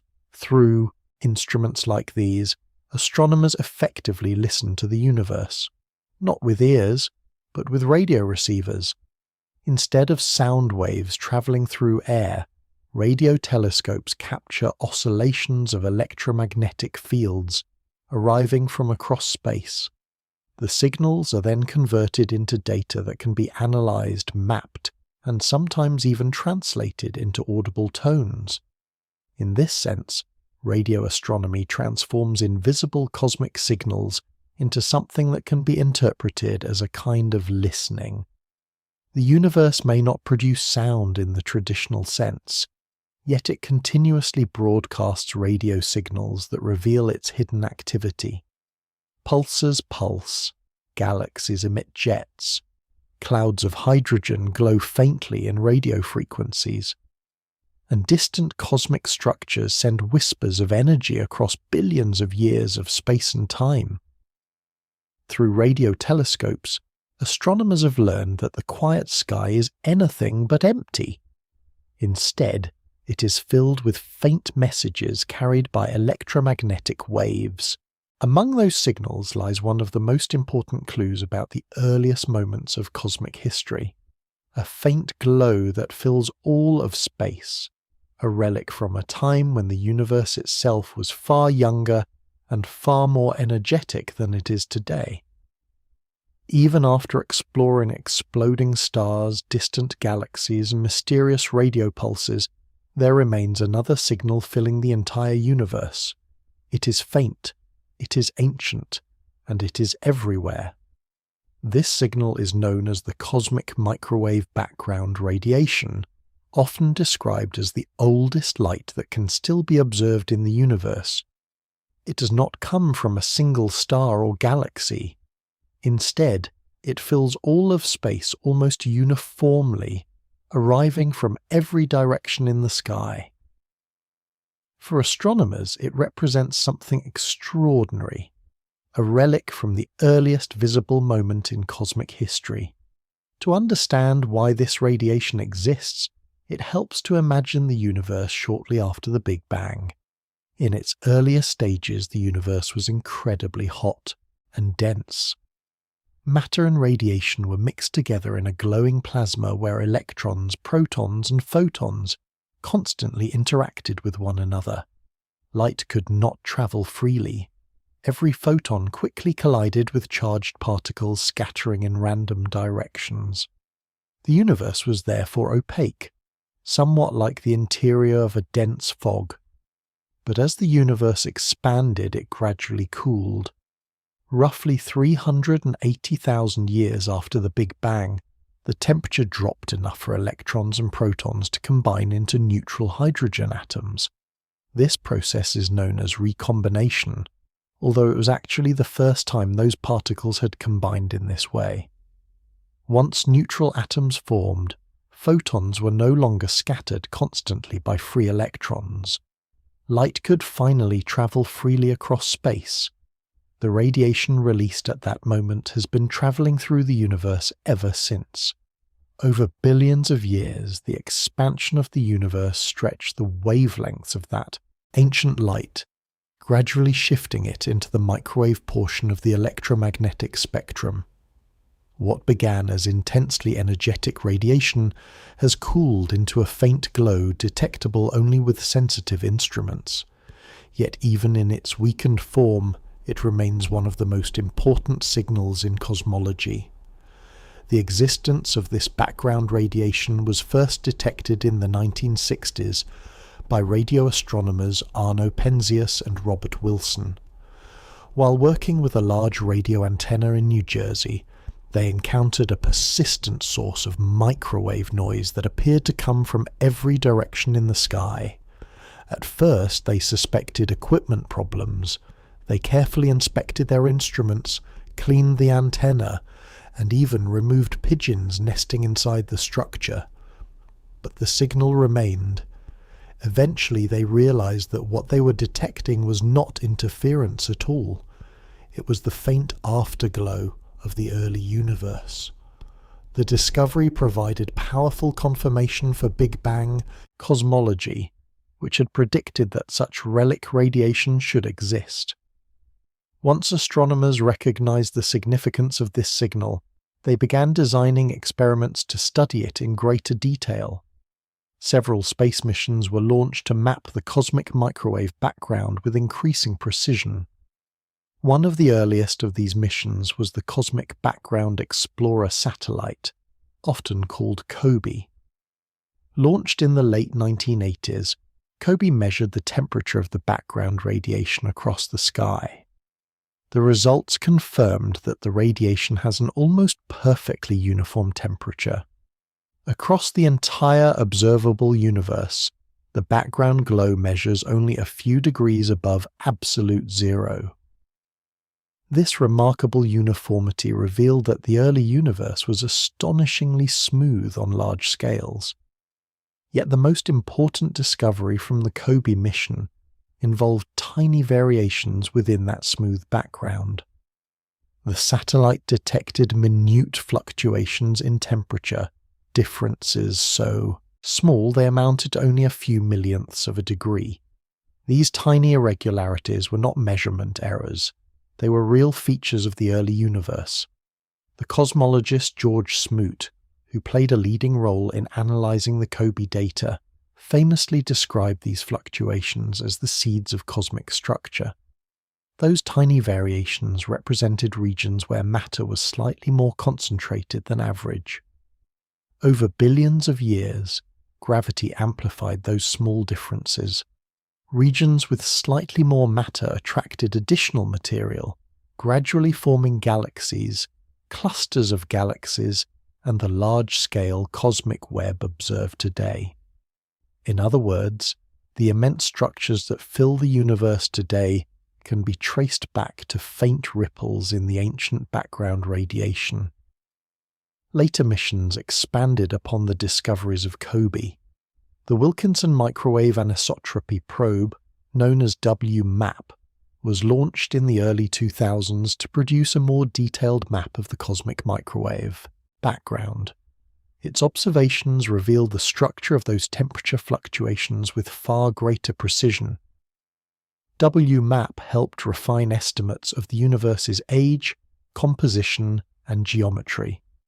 By studying the subtle patterns within the background radiation, cosmologists were able to determine that the universe is approximately 13.8 billion years old. The mission also provided strong evidence that ordinary matter makes up only a small fraction of the cosmos, while dark matter and dark energy dominate the universe on large scales. A later mission, the Planck satellite operated by the European Space Agency, extended this work even further. Launched in the early 2010s, Planck measured the cosmic microwave background with extraordinary sensitivity. Its maps revealed intricate patterns of fluctuations across the sky, offering the most detailed snapshot ever obtained of the early universe. These patterns encode information about the conditions that existed shortly after the Big Bang.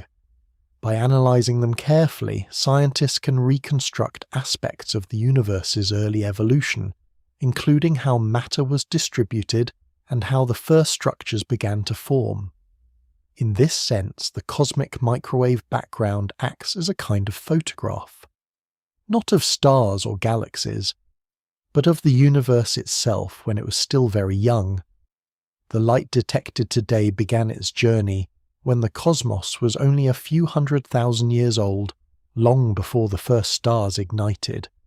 For billions of years it has travelled through expanding space, carrying with it a record of the early universe. Every direction in the sky reveals the same ancient glow. The universe may appear quiet and empty, yet it still contains this faint echo of its own creation. This signal is extraordinarily subtle, but it tells a profound story.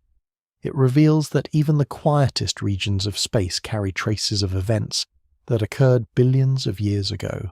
The universe is filled with information, preserved in the radiation that continues to cross cosmic distances.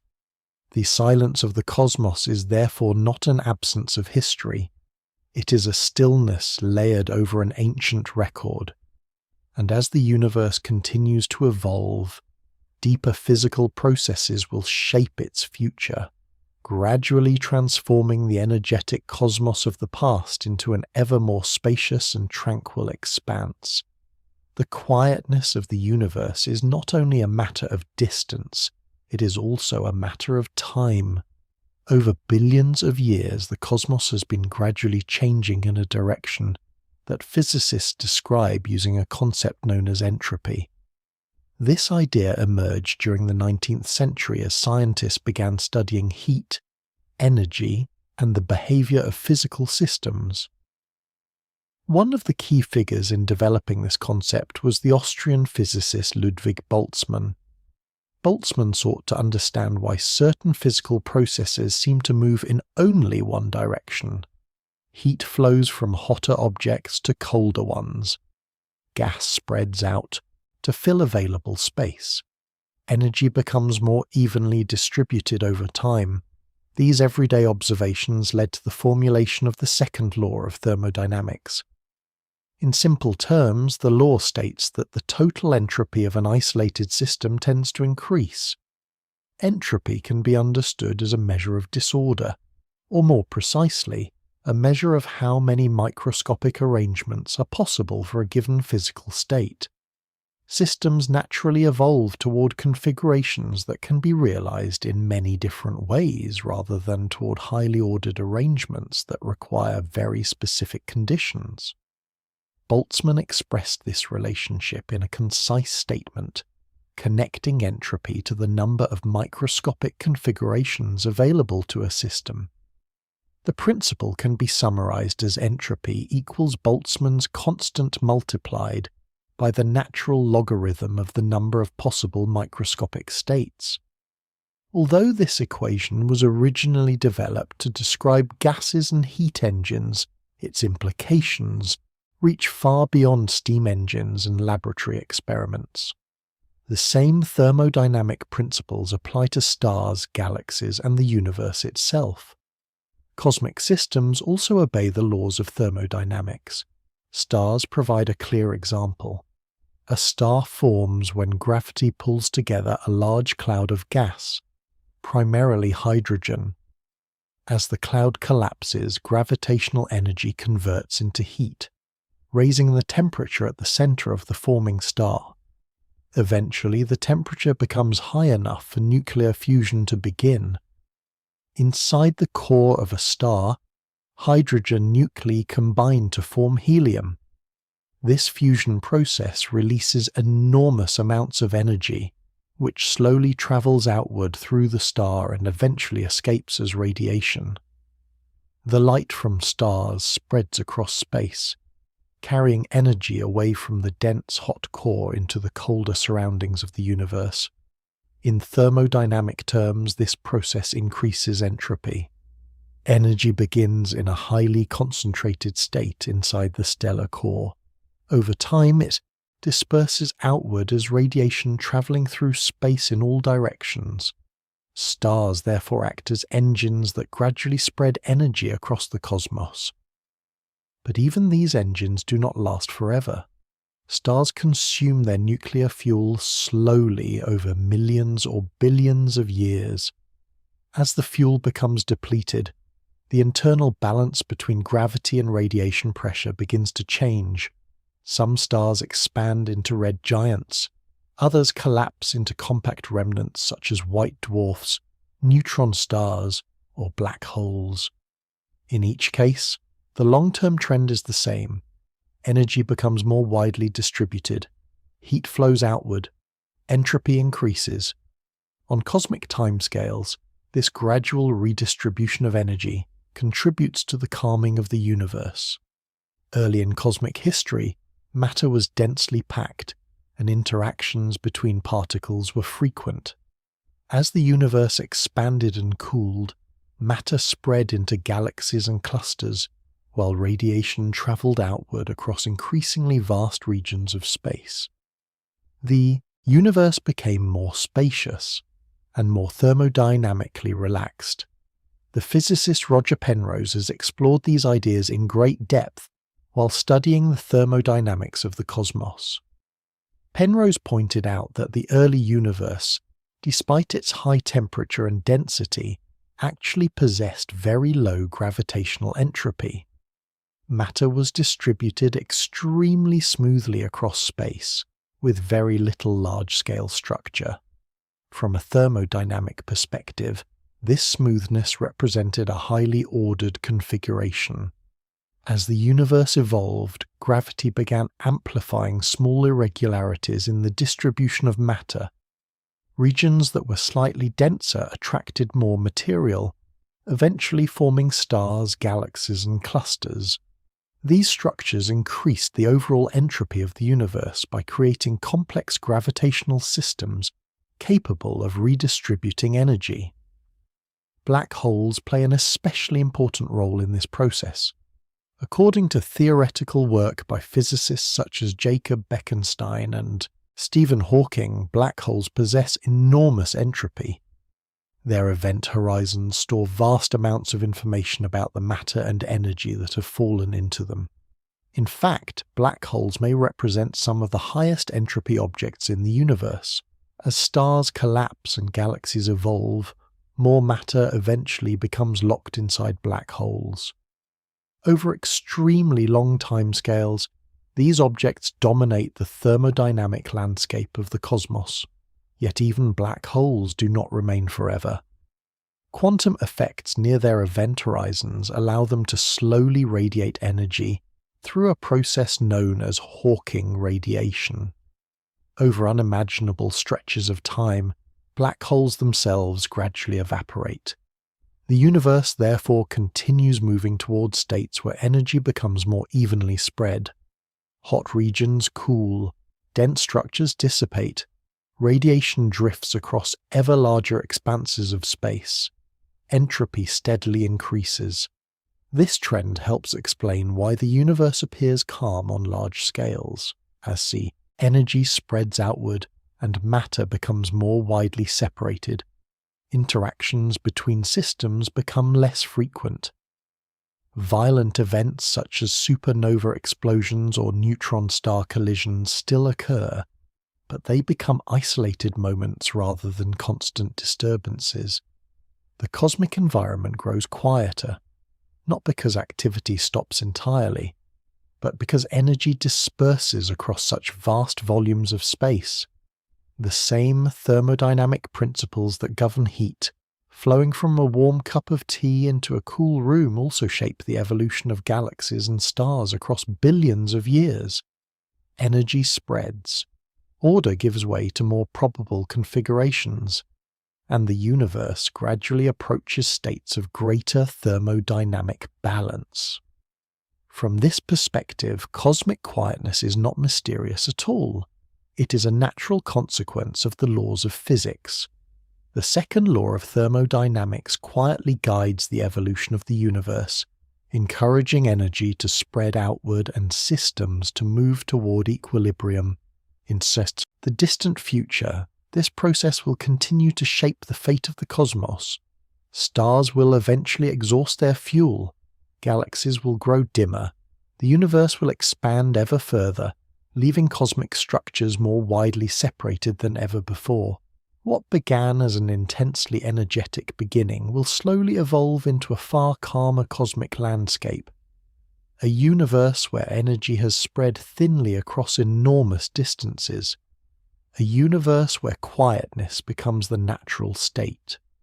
And as physicists explore the long-term future of the cosmos, they attempt to understand exactly how this slow thermodynamic journey might unfold across unimaginable stretches of time. The quietness of the universe observed today is not merely a temporary feature of the present cosmic era. According to modern astrophysics, it is part of a much larger story unfolding over unimaginably long stretches of time. The cosmos is slowly evolving toward an even calmer future. Stars are currently the primary engines of visible activity in the universe. They shine through nuclear fusion, transforming hydrogen into helium and releasing enormous amounts of energy as radiation. This process illuminates galaxies, powers planetary systems, and produces many of the elements that make planets and life possible. But stars rely on fuel, and that fuel is finite. The gas that forms stars is mainly hydrogen floating in vast interstellar clouds within galaxies. Over billions of years, gravity gathers portions of this gas into dense regions where new stars ignite. Each generation of star formation consumes part of this cosmic reservoir. Gradually, the supply diminishes.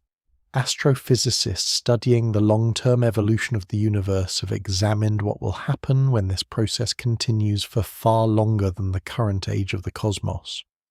Two researchers who explored these ideas in depth are Fred Adams and Gregory Laughlin. Their work focuses on what they describe as the far future of cosmic evolution. Adams and Laughlin analyzed how star formation, stellar lifetimes, and gravitational interactions shape the destiny of galaxies over immense timescales. Their research suggests that the present era of active star formation represents only a temporary phase in cosmic history. Eventually, galaxies will begin to run out of the raw material needed to create new stars. large clouds of hydrogen gas will either be consumed by star formation or expelled from galaxies through energetic processes such as supernova explosions and galactic winds. Without sufficient gas, the birth of new stars will slow dramatically. The universe will gradually grow dimmer. This transition is already beginning. Astronomical observations show that the rate of star formation across the universe peaked several billion years ago and has been declining ever since. Galaxies still produce new stars, but the overall pace is slower than it once was. Given enough time, star formation will become extremely rare. The stars that already exist will continue shining for long periods, especially the smallest ones. Red dwarf stars, which contain far less mass than the Sun, burn their nuclear fuel slowly and efficiently. Some of them may remain luminous for trillions of years, yet even these long-lived stars will eventually fade.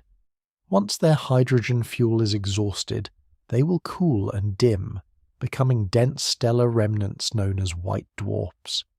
Over vast periods of time, these remnants will continue cooling until they become extremely cold objects, sometimes called black dwarfs. By that stage, galaxies will contain mostly stellar remnants rather than shining stars. The cosmic landscape will grow darker. Meanwhile, another type of object will become increasingly important in shaping the future universe: black holes. Black holes already exist at the centers of most large galaxies, including the Milky Way. These supermassive black holes contain millions or billions of times the mass of the Sun and exert enormous gravitational influence on their surroundings. In the distant future, as stars fade and galaxies evolve, black holes may become some of the most dominant objects in the universe. Gravitational interactions between stars will occasionally fling objects out of their host galaxies, leaving behind increasingly sparse stellar populations. Many remaining stars and stellar remnants will eventually spiral toward the central black hole through complex gravitational processes.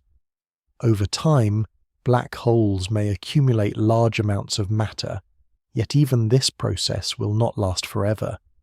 Black holes themselves slowly lose energy through Hawking radiation, a quantum effect predicted by physicist Stephen Hawking. This radiation causes black holes to evaporate gradually over incredibly long periods of time. The evaporation of stellar mass black holes would require timescales far beyond the current age of the universe. For the largest supermassive black holes, the process may take time spans so enormous that they're almost impossible to imagine. Eventually, however, even these objects will disappear. Another factor shaping the future quietness of the cosmos is the continued expansion of space itself. The discovery that the universe is expanding at an accelerating rate means that galaxies will drift farther apart as time passes. Regions of space that are currently visible may eventually move beyond the observable horizon, carried away by cosmic expansion. Galaxies will become isolated islands in an ever-growing ocean of emptiness. In the far future, observers within a galaxy may no longer be able to see most of the universe beyond their local cluster. Distant galaxies will recede so quickly that their light will never reach them. From such a perspective, the universe would appear much smaller and quieter than it does today. The night sky would contain fewer visible galaxies. Cosmic structures would become increasingly isolated. These predictions paint a picture of a universe that grows progressively calmer over time. The energetic youth of the cosmos, filled with star formation and galaxy collisions, gradually gives way to a quieter era dominated by aging stars and cooling remnants. Eventually, even those remnants fade, leaving behind a universe where activity becomes rare and energy is dispersed across vast volumes of space. This long-term evolution reflects the same thermodynamic principles discussed earlier. Energy spreads, structures evolve, and the universe slowly approaches states where interactions become less frequent. In that distant future, cosmic quietness will not simply be a matter of distance. It will be a fundamental characteristic of the universe itself. Galaxies will drift apart across expanding space, star formation will decline, and the remaining objects will slowly cool and fade into darkness. Yet within this quiet future lies a deeper perspective. The universe is not merely a physical system evolving according to thermodynamic laws, it is also the environment in which conscious observers have arisen, capable of studying its history and contemplating its destiny. The realization that humanity lives during a relatively active era of cosmic history invites reflection. The present universe, with its shining stars and visible galaxies, may represent only a brief luminous chapter within a far longer and quieter cosmic story. And understanding that story naturally leads to deeper questions about humanity's place within such an immense and slowly evolving universe.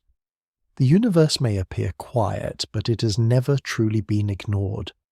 Across centuries of observation, human curiosity has steadily grown alongside the realization that the cosmos is far larger and more complex than earlier generations imagined. The night sky, once interpreted through myth and philosophy, gradually became an object of precise scientific investigation. Humanity learned not only to look upward, but to measure. This transformation began with simple instruments and careful observation, yet it eventually grew into a global effort involving powerful telescopes, observatories, and research institutions dedicated to exploring the universe. These tools allow astronomers to study a cosmos that seems calm and distant, revealing subtle signals hidden within that quietness. The stillness of space has become a laboratory. Among the many institutions devoted to this work, the European Southern Observatory represents one of the most ambitious collaborations in modern astronomy. Founded during the 20th century, the organization operates several major observatories in the high deserts of northern Chile. The location was chosen carefully. The Atacama Desert offers some of the clearest skies on Earth. The air is dry, the atmosphere is stable, and far from large cities, there is little artificial light to interfere with observations. These conditions allow telescopes to detect extremely faint signals arriving from distant galaxies and stars. Within this landscape stand enormous instruments designed to collect tiny traces of light that have travelled across cosmic distances. One of the most famous facilities operated by the European Southern Observatory is the Very Large Telescope, a system of powerful telescopes working together on a mountaintop known as Cerro Paranal. These instruments observe the sky with extraordinary sensitivity, allowing astronomers to study planets orbiting distant stars, measure the motion of galaxies, and examine the environments surrounding supermassive black holes. Even faint whispers of light can reveal enormous discoveries. The quietness of space actually makes such measurements possible. Because there are almost no atmosphere or matter between stars, electromagnetic signals can travel vast distances without being scattered or absorbed. When that light finally reaches a telescope, it carries detailed information about the objects that produced it. Every photon becomes a messenger. The ability to interpret these signals depends not only on technology, but also on the work of scientists who carefully analyze the data collected by these instruments. Over time, their efforts have transformed subtle patterns of light into profound insights about the structure of the universe. One astronomer whose work reshaped modern cosmology was Vera Rubin. Rubin dedicated much of her career to studying the rotation of galaxies. Using spectroscopic measurements collected from observatories in the United States, she examined how stars orbit the centers of spiral galaxies. According to classical expectations based on visible matter alone, stars located farther from the center of a galaxy should move more slowly than those closer in, much as planets farther from the Sun orbit more slowly than inner planets. But Rubin's observations revealed something unexpected. Stars far from the galactic center were moving just as quickly as stars closer to the middle. The outer regions of galaxies were rotating far faster than visible matter alone could explain. This discovery provided powerful evidence for the existence of dark matter, an invisible form of matter that exerts gravitational influence yet does not emit or reflect detectable light. Rubin's careful measurements helped establish dark matter as one of the central components of modern cosmology. Her work demonstrated how extremely subtle observations can transform scientific understanding. In many ways, the calmness of the universe makes such discoveries possible. Because cosmic signals travel across enormous distances without constant interference, astronomers can detect incredibly faint variations in light, radio waves, and other forms of radiation. Tiny shifts in wavelength reveal the motion of galaxies. Faint fluctuations in background radiation reveal the structure of the early universe. Minute variations in brightness reveal planets orbiting distant stars. Each of these discoveries relies on the ability to measure signals that would otherwise be lost in a noisier environment. The quietness of space becomes an advantage. If the universe were filled with constant collisions, dense matter, and chaotic turbulence everywhere, many of the signals astronomers rely on would be impossible to detect. Instead, the immense emptiness between stars and galaxies allows information to travel across cosmic distances with remarkable clarity. The universe may appear silent, but its signals remain intact. Astronomical instruments are therefore designed with extraordinary precision. Telescopes must remain stable while tracking objects that move slowly across the sky. Detectors must be cooled to extremely low temperatures to prevent thermal noise from overwhelming faint cosmic signals. Even the location of observatories is chosen with care. Remote mountaintops, desert plateaus, and space-based observatories far beyond Earth's atmosphere all help reduce interference. In these quiet environments, astronomers can detect signals that have travelled across billions of years. A photon emitted by a distant galaxy may arrive at a telescope after an unimaginably long journey. And when it does, it becomes part of humanity's effort to understand the cosmos.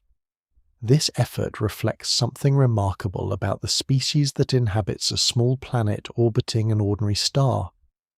Despite living in a universe that is vast, quiet, and often indifferent to human concerns, people have developed the ability to observe and interpret signals arriving from across cosmic distances.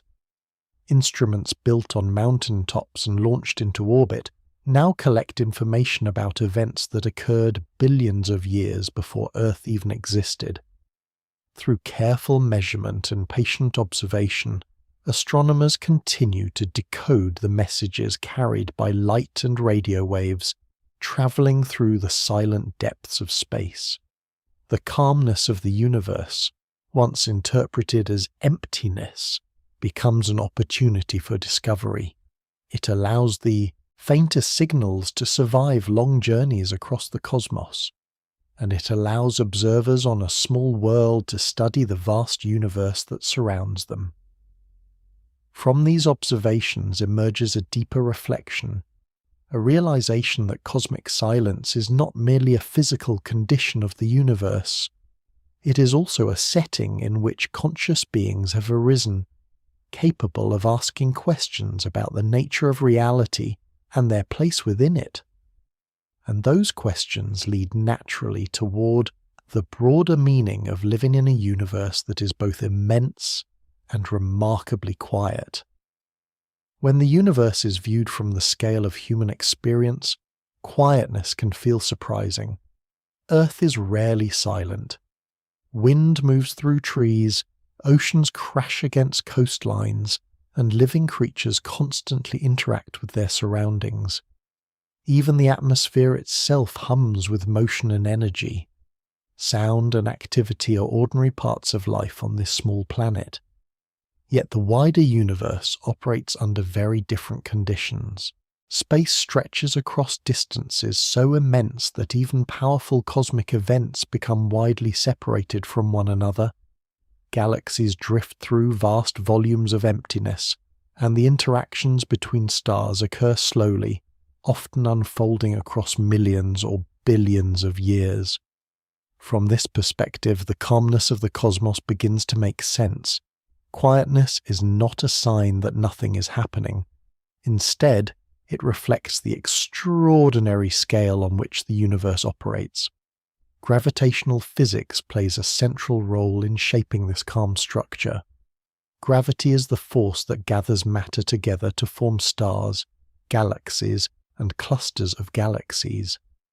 Yet gravity also works gradually and patiently. It does not usually produce sudden or chaotic motion across large distances.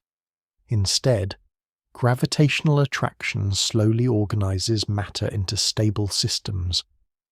A cloud of gas collapses gently over millions of years to form a star. Galaxies rotate in graceful patterns around their centers. Clusters of galaxies drift together through space under mutual gravitational influence. These motions are powerful, but they unfold slowly. The result is a universe where large-scale order emerges from countless gravitational interactions, occurring over immense spans of time. Instead of constant turbulence, the cosmos settles into patterns that remain stable for billions of years. Galactic disks rotate steadily. Planetary systems orbit predictably. Even galaxy clusters follow paths shaped by gravity across the cosmic web. The apparent stillness of the universe therefore arises not from inactivity, but from stability. Physical laws encourage matter to organize itself into structures that persist over long durations.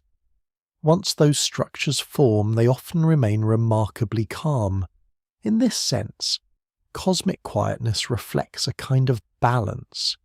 Energy continues to move through stars and galaxies, yet the immense scale of space spreads that activity across such large distances that the universe appears tranquil when viewed from afar. Some scientists have reflected on this calmness not only as a physical property of the cosmos, but also as a source of philosophical insight. The physicist Freeman Dyson often wrote about the long-term future of the universe and the role of intelligence within it. Dyson believed that life and consciousness might adapt creatively to the evolving conditions of the cosmos, even as stars fade and galaxies grow quieter. His reflections emphasize the idea that the universe provides both challenges and opportunities for thinking beings. The quietness of space may seem intimidating at first, but it also creates an environment where delicate signals can travel undisturbed across vast distances. In many ways, that stillness makes astronomical discovery possible. If the cosmos were crowded with constant collisions and chaotic noise, the faint signals astronomers rely on would quickly vanish. Instead, the calmness of space allows light to travel for billions of years without losing its message. Each photon that reaches a telescope carries information about the place and time where it originated. A faint signal arriving today might reveal the structure of a galaxy formed billions of years ago. Another might reveal the explosion of a distant star that occurred long before Earth existed. These messages cross the universe quietly, yet they contain extraordinary stories. Cosmic silence therefore invites curiosity. The night sky appears calm, but careful observation reveals hidden layers of activity unfolding across enormous scales. Beneath the stillness lie the births and deaths of stars, the collisions of neutron stars, the growth of galaxies, and the slow expansion of the universe itself. All of it continues, even while the sky appears peaceful. This contrast between apparent stillness and underlying activity has fascinated scientists and philosophers alike. It reminds observers that human senses provide only a limited view of reality. What appears silent may still be filled with signals. What appears empty may still contain structure and energy. The universe quietly invites investigation. Freeman Dyson once suggested that scientific exploration is partly an act of learning how to listen more carefully to nature. Telescopes, detectors, and observatories extend human senses far beyond their natural limits. Through them, astronomers detect faint traces of radiation, gravitational waves, and subtle patterns in the cosmic microwave background. Each discovery reveals another layer of the universe hidden within the calm appearance of the night sky. The stillness of the cosmos, therefore, becomes a source of wonder rather than emptiness. It provides the conditions that allow light to travel, signals to survive, and knowledge to accumulate across generations of observers. In a universe filled with turbulence everywhere, such delicate information might never reach us. Instead, the immense quietness of space allows a small world orbiting an ordinary star to receive messages from across billions of years of cosmic history. Seen in this light, the calmness of the universe becomes something beautiful. It reflects the deep order emerging from fundamental physical laws. Gravity shapes galaxies. Thermodynamics guides the flow of energy. Cosmic expansion stretches space itself. Together, these processes produce a universe that evolves slowly, steadily, and often quietly across unimaginable timescales. Within that vast calm, stars shine, galaxies rotate, and light travels patiently across the depths of space. And on one small planet, observers look upward and begin to understand the story written in that quiet sky. The realization that cosmic silence emerges naturally from the structure of the universe brings the narrative full circle. What once seemed like emptiness becomes a consequence of scale, physics, and time. The universe is not silent because it lacks activity. It is silent because its events are separated by distances so vast that their energies rarely overlap. Quietness, in other words, is the natural voice of a universe that is unimaginably large. And within that stillness lies a story that stretches from the earliest moments after the Big Bang to the distant future of stars, galaxies, and space itself. When people first imagine the universe, it is often pictured as dramatic and energetic. Exploding stars, colliding galaxies, powerful cosmic forces shaping the fate of entire regions of space. All of those things do exist. Yet when the night sky is observed with the naked eye, the overwhelming impression is one of calmness.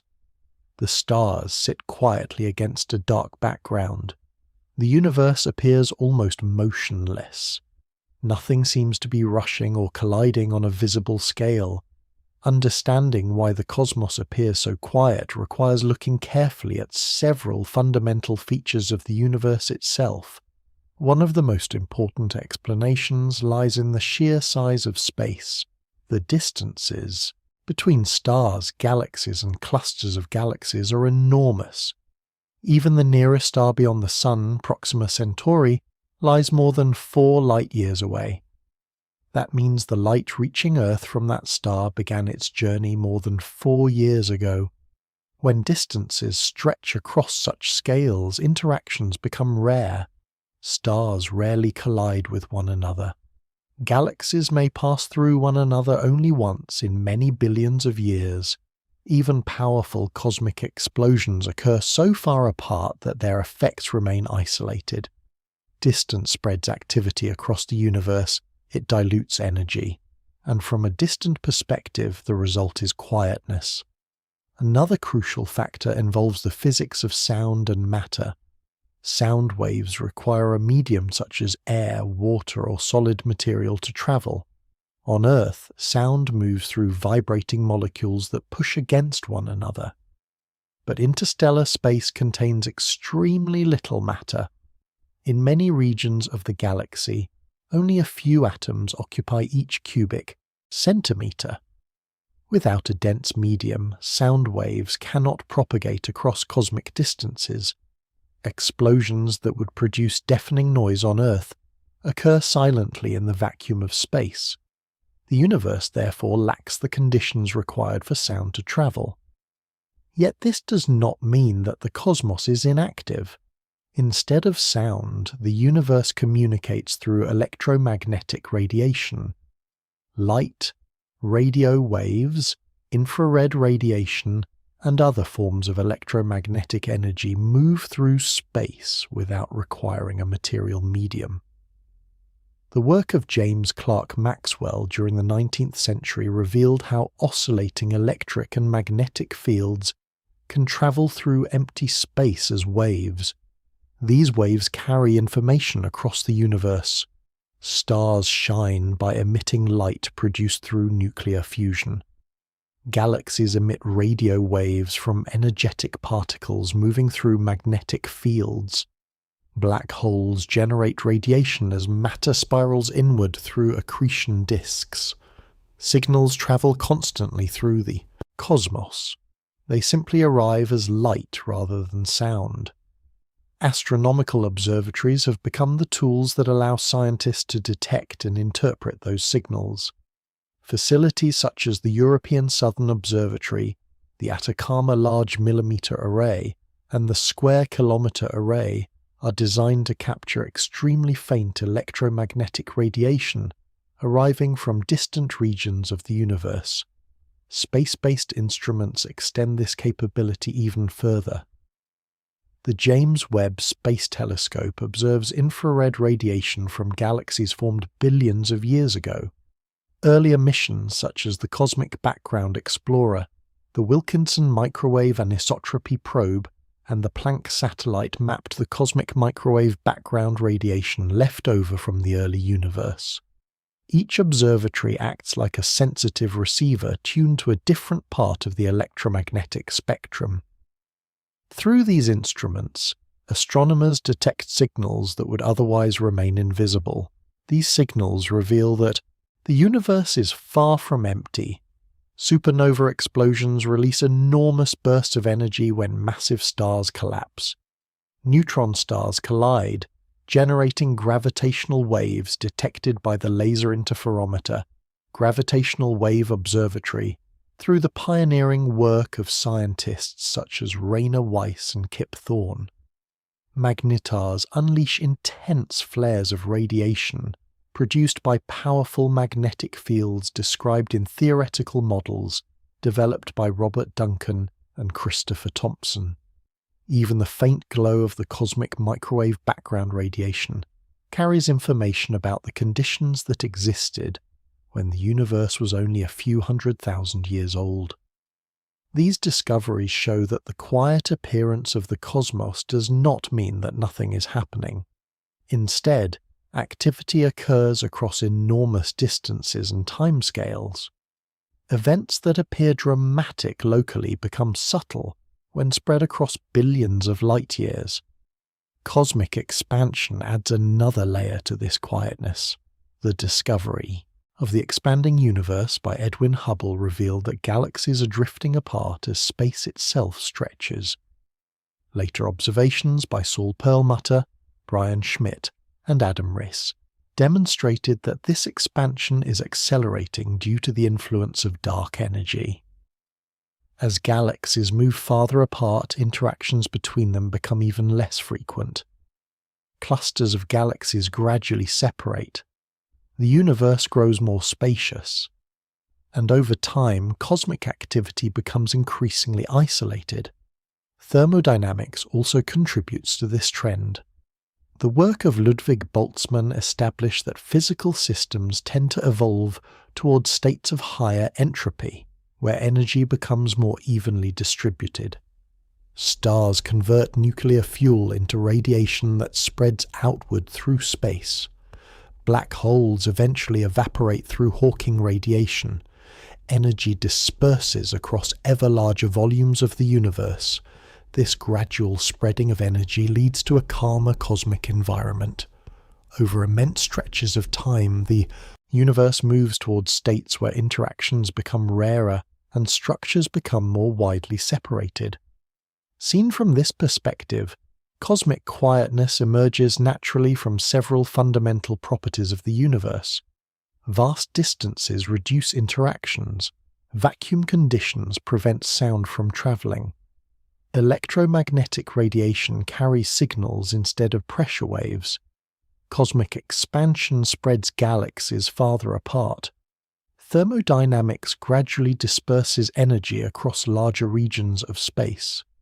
Together, these factors create a universe that appears calm, even while extraordinary events unfold within it. What seems silent at first glance becomes rich with hidden activity once the correct instruments and theories are applied. Astronomers have learned to listen carefully to the faint signals arriving from across cosmic distances. Every photon captured by a telescope carries information. Every radio pulse reveals something about the physics of distant stars. Every gravitational wave detection tells the story of massive objects colliding far beyond the Milky Way. The universe may look quiet, but it is constantly communicating. Understanding that quietness requires recognizing that human senses evolved for life on a small planet, not for observing phenomena spread across billions of light years. Once instruments extend those senses, the silent sky becomes filled with signals waiting to be interpreted. The calm appearance of the cosmos therefore becomes a reminder of its scale, a scale so vast that even the most powerful events are separated by distances that soften their presence. And that realization naturally leads toward a final reflection, not only about the physics of cosmic silence, but about what it means for conscious observers to exist within such an immense and quietly unfolding universe.